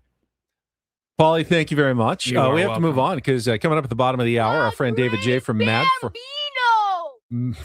Mad Friars is going to be in studio to talk a little Padres minor leagues, plus a little breaking hockey news we can get to coming up next with Bennett Woods, broadcasting live from the Bill House Studios.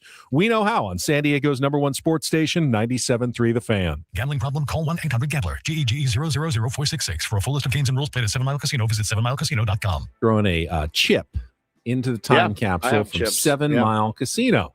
You can play all kinds of games, including California-style blackjack, Texas Hold'em poker. Got that big World Series thing going on right now in Vegas. You can warm up by playing Texas Hold'em at 7 Mile Casino, Baccarat, and Pai Gow as well. That's exactly right. They got really good food at 7 Mile Casino as well, 24-hour players menu. And you can get a discount while you eat. If you eat at the table while you're playing, they want to take good care of you, and they want you to come back. That's no secret of 7 Mile Casino. The best part, just 7 minutes from downtown. You can enjoy food 24/7 with the players menu, including the Kung Pao chicken, or the regular menu at Sammy's is fantastic with the wood-fired pizzas, the pastas, and the salads, and that messy sundae for dessert. Enjoy it in the bar with TVs all over the place, out on the patio with the great views. Check it out today at 7 Mile Casino, just 7 minutes from downtown.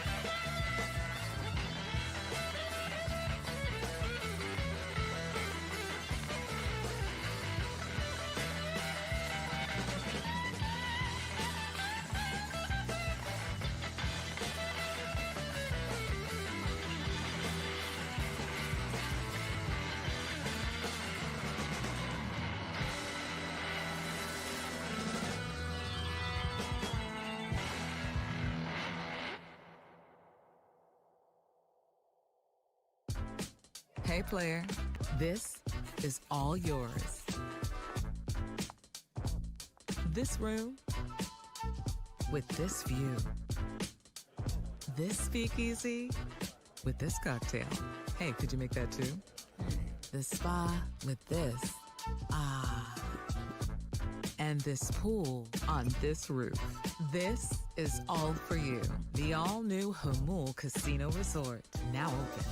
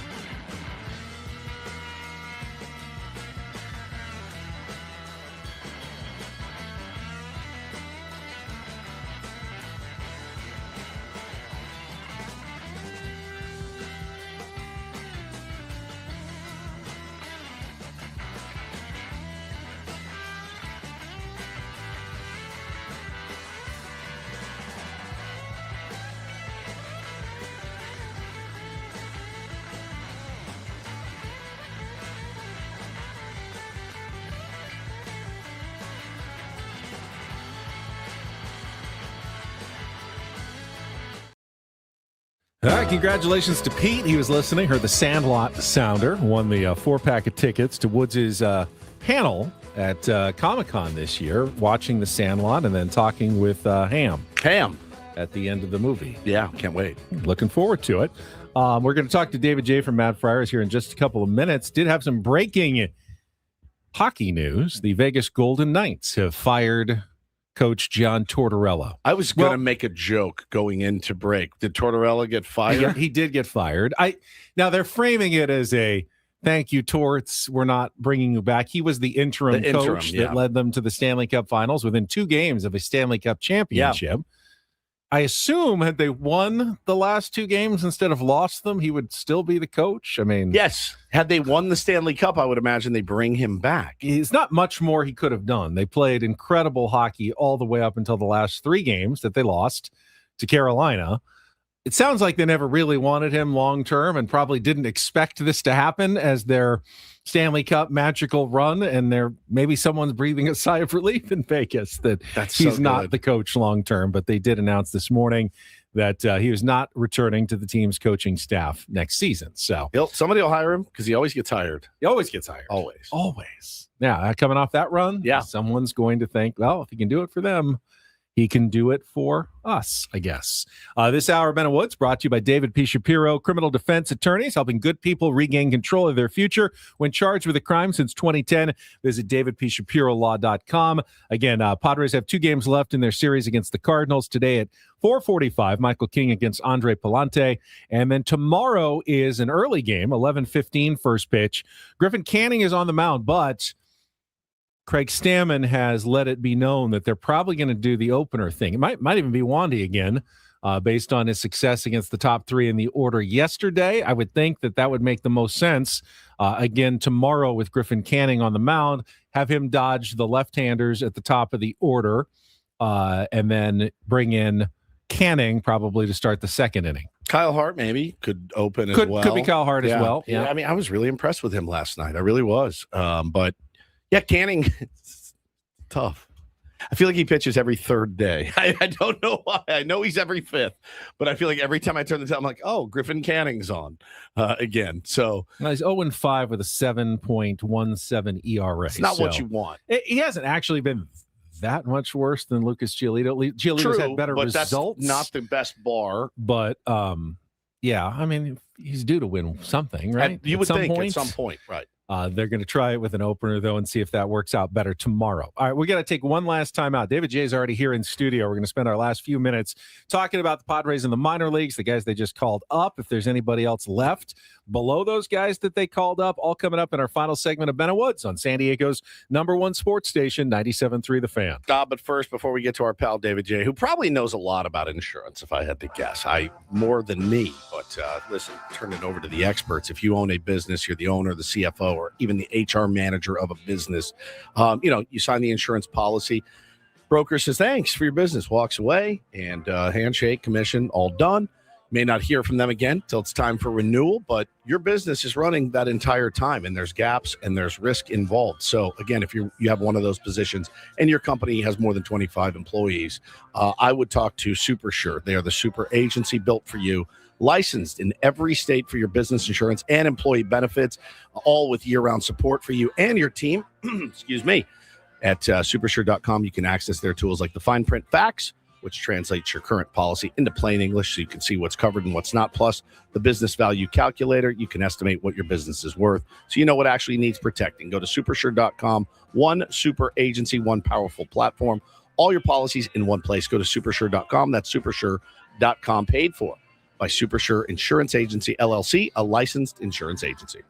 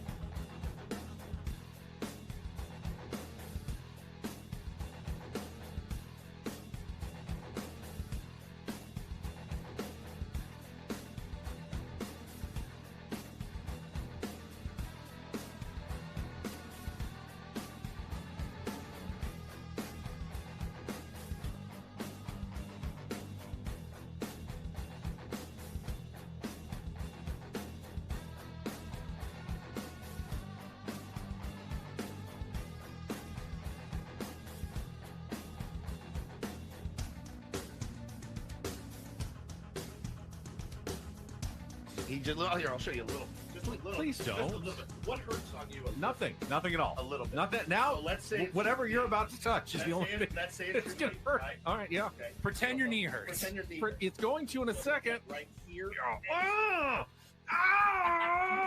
that is not pleasant. Hey, player, this is all yours. This room with this view. This speakeasy with this cocktail. Hey, could you make that too? The spa with this. Ah. And this pool on this roof. This is all for you. The all-new Hamul Casino Resort, now open.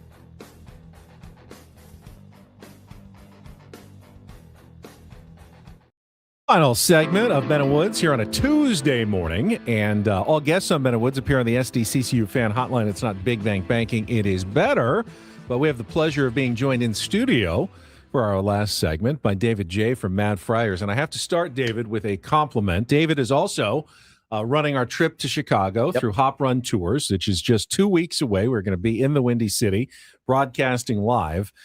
I don't think I've ever been part of a better organized, at least at this port, No doubt, kidding. of everything that you've laid out. Like, I feel so comfortable and prepared and ready for this trip. Itinerary, travel arrangements. I just want to say bravo. Thank you, sir. And you know me, I care more about it probably than these two, but I feel well loved for this trip. I'm glad you feel that way. You know, it's what I look to do when I do my beer and baseball tours on the minor league side all year, and create an experience that people are really going to have a blast with. And all the tier ones are a good group to hang out with. And so I want to make sure it's a great experience for everyone. They're super fired up too. It's going to be a blast, and that city is going to be fun. I mean, we got our tickets yesterday to the game and looked it up, and I said, oh my God, look at these seats. Look where we're going to be sitting. It's just spectacular. So well done. Can't wait. Now, again, he's a bit of a diva, him being Ben. You'll forgive me. I'm going to ask him about wine choices for dinner, not you. That's fine. David might be a bit of a diva too, Who? actually. David? Yeah. Oh, yeah.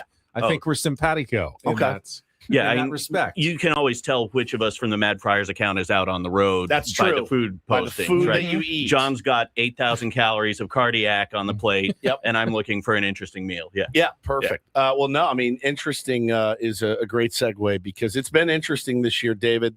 The offense obviously struggling with the big club. They are. I hadn't noticed. The minor leaguers have come up and help. And he was actually, David was the first one, I think, that texted me about Samad Taylor. Then Craig said it on the air. Samad Taylor as a guy that could really help this team. You didn't expect it to be this much help, did you? No, and I don't think Samad Taylor's family expected it to be this much help. Right. And I think that's one of the things, right? Like the gap between the last guy on a AA roster and an everyday player in the major leagues in terms of talent is remarkably small, right? And so the how things work, it's as much a matter of, are you in the right place at the right time, right? Like a couple of years ago, Tirso Ornelas was actually hitting the ball pretty well. There was like a spot where if there'd been a position on the big league team, he might have had a chance to come up and do something, but there wasn't. And so it's always that matter of like, how does your skill set match? You know, I think about Mason McCoy last year, came up, finally was getting everyday starts, and then he had that fluke play, dove back into first place, dislocated his finger, you know, on the IL, out for 6 weeks, never really had another shot to contribute, right?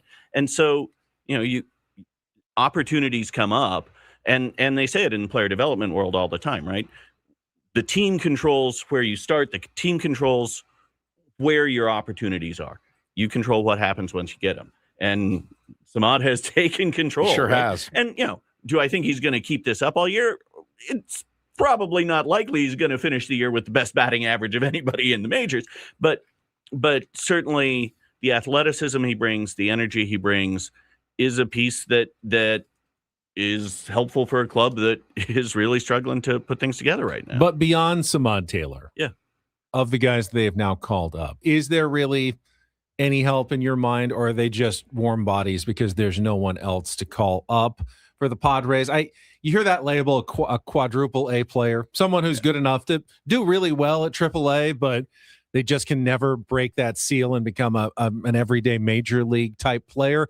Is there anything beyond Samad Taylor here that could help the Padres? I think you said it yesterday, Ben, right? Like, if you get to a point where Samad Taylor is your fourth outfielder, your 24th guy, right? The number 3 guy on your bench, you're in a great place, right? If you're asking him to be your starting left fielder for the next 3 months, that's not really where you want to be, right? And so, and I think to some extent the same is true for Jace Bowen, right? I mean, we said, you know, people following us started calling for him to be in the big leagues, you know, May 1st, right? Or a couple of them were really adventurous and started calling for it March 28th. Spring training, because he had a monster spring. Right. And you look at, I think that's one of the things at all levels of the minors, right? You see, what are the things that a guy's actually working on, and are they being addressed, right? And in Chase's case, the issue is Chase, right? He swings a lot, and you can punish guys at, you know, certainly you can punish guys with that approach at the AA level that you're not going to get to a AAA. And then you get to the big leagues, and it turns out most of those pitchers are really quite good at putting pitches where they want to and making it look like a strike until it's not. Yeah. And I think that's going to continue to be an issue for him, you know, and then you've got a couple of other guys who are in El Paso this year that I think is a real tribute. You know, everybody always talks about, you know, AJ Preller is the scout, but it's not just him in this organization. And Pete DeYoung, who's the pro scouting director, and the team of scouts that he has, which is bigger than almost everybody in the league, and goes out and sees more players more times with more sets of eyes than any other organization, has done a really good job of looking at those guys who can be the 26th, 27th, 28th guy on the roster. And then they've got Pete Zamora managing in El Paso, and that's his entire approach, right? Like, I want to make sure that these guys he's got in El Paso, if tomorrow somebody goes down, we've got a guy who's ready to step up, who's prepared for it. And so, you know, you've got guys like Pablo Reyes, who's seen time in the big leagues each of 7 of the last 8 years. You know, if there's an outfield need, he'll probably be a guy who's in consideration, right? Carlos Rodriguez, who's seen big league time multiple times. And those are valuable to have. And they're doing it well at the bottom end of the organization too. They've other than like Ethan Salas, right? You know, you look around baseball and you know, we talk about cards and stuff. You collect those rookies and the guys, the next, you know, the Cooper Pratts and the Colt Emersons and Cole Young and guys that are coming up, Connor Griffin, McGonigal, and now they're contributing at a big league level. Other than Salas, you know, who in the organization are you high on as somebody that could help, you know, pitching, offense, defense, whatever? This year, there isn't. Okay. And I include Ethan in that group. I think, you know, obviously what he did through the first 2 months of the season to reestablish the fact that he is absolutely one of the best prospects in the game has been really important. He's been healthy. You know, production's trended down a little bit the last few weeks. The fact is, it's been 2 years since he was playing every day. And again, the rigors of a now 20-year-old catching 5 days a week, which is what they've been trying to do in El Paso, and get him a DH at bat as well, right? It's caught up a little bit. Yeah. Which is entirely reasonable. And again, they want him to have that experience in San Antonio rather than running into it for the first time when Tarek Skubal's on the mound against you, right? Like, you want him to have that experience of, okay, what do I do when I run into these barriers? How do I push my way through? And you're seeing that, with some of the other guys whose names were hot at the start of the year. Alex McCoy, who is a great story as an undrafted free agent, a svelte 6'6", 275, and it is all muscle, who just, when he makes contact, has ridiculous exit velocities, and also is now playing every day for the first time since he was at Hofstra, and is now in the Midwest League facing pitching staffs for a second time around. And we said 3 weeks ago, next 3 series are all teams that he's faced once before. Let's see what the results are once he gets through those 3 weeks. And he really struggled through the first 2 series. And then he started to turn it around a little bit. He made an adjustment midway through this last week, and we're going to see what happens in the next couple of weeks. But in terms of guys who are ready to step up and make a major contribution at the big league level, they just don't have them. All right, let's look deeper into the future. David J. from Mad Friars is joining us in studio. And let's take Ethan Salas out of the equation. That's He's what obviously, I already took him out of but the not equation. for this year. 5 years in the future. Crystal ball. If you had to pick one player in the Padres organization, not Ethan Salas, who is going to have an all-star season in Major League Baseball that has that potential, who do you pick that is a future all-star? Might not be for the Padres, might be traded away somewhere else, but who's the guy that you would good chance. Who would you put your chip on that will go on and have like a breakout, part of an MLB career? I think when you look position-wise, a guy, and if you had told me 4 months ago I'd be saying this, I would have thought you were nuts. I think the athleticism and ability to make adjustments that Ryan Weidman has showed in his first couple of months in Lake Elsinore has been really impressive. At the end of last year, he had this huge leg kick. He was leaning forward, just no ability to impact the ball. And because of that, he was jumping at everything. He looked the same way in the first 5 days of spring training. And in 3 weeks remade his swing. And by the time we saw him at the Future Stars game, it's like, oh, that looks different. Different player. And he's got athletic ability. Now, there's a long way to go. He's a guy who's too swing happy. He has always been in a setting where he can just out athlete everybody he's played against. That is going to catch up with him. The stolen base totals that he has, he's leading minor league baseball with stolen bases. He's also leading minor league baseball in caught stealing. That ratio is going to get worse as he starts to face more guys who are as athletic as he is, right? I like that he remade his swing in 3 weeks. So Manny Machado should go to Ryan Weidman next time instead of To be fair, the starting point was nowhere near the same. Okay, that's fair. That's fair. That makes sense. And Ryan's still looking to get to where Manny's starting point is, right? Of course. So there is that. I think on the pitching side, I think Cruiser Cash. I've remained higher on Cash than I think most of the industry in general. And we've seen progress this year. There still is really the issue of how well he can develop a breaking ball. But his changeup is, I would say, one of the 3 best pitches in the organization, including big league staff. Nice. Oh, wow. It is a great pitch. I think one of the things that's happened in the Midwest League is some teams have stacked lineup with right-handed hitters because he's a lefty. If I were making a lineup against him, I would not do that because the changeup's just too good. Wow.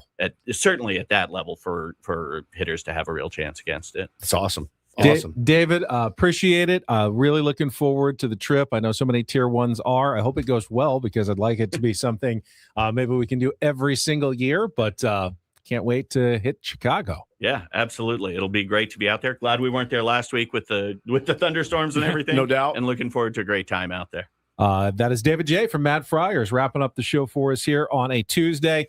We will be back tomorrow, 6 to 10:15-ish, a little bit longer on the backside to get you right into the Padres pregame show for the series finale. Hopefully going for a series win and not to just avoid getting swept. Programming note, with us off on Friday for a company holiday and with the Padres scheduled off day on Thursday, we will be joined by Craig Stammen at 8:05 tomorrow for the Manager's Report. It's a big league Wednesday. He's a big league player. Mr. Jomboy, he's a manager, actually. He was a big league player. He's Brett Boone, also Jomboy star. Be with us, former big leaguer as well, on a big league Wednesday.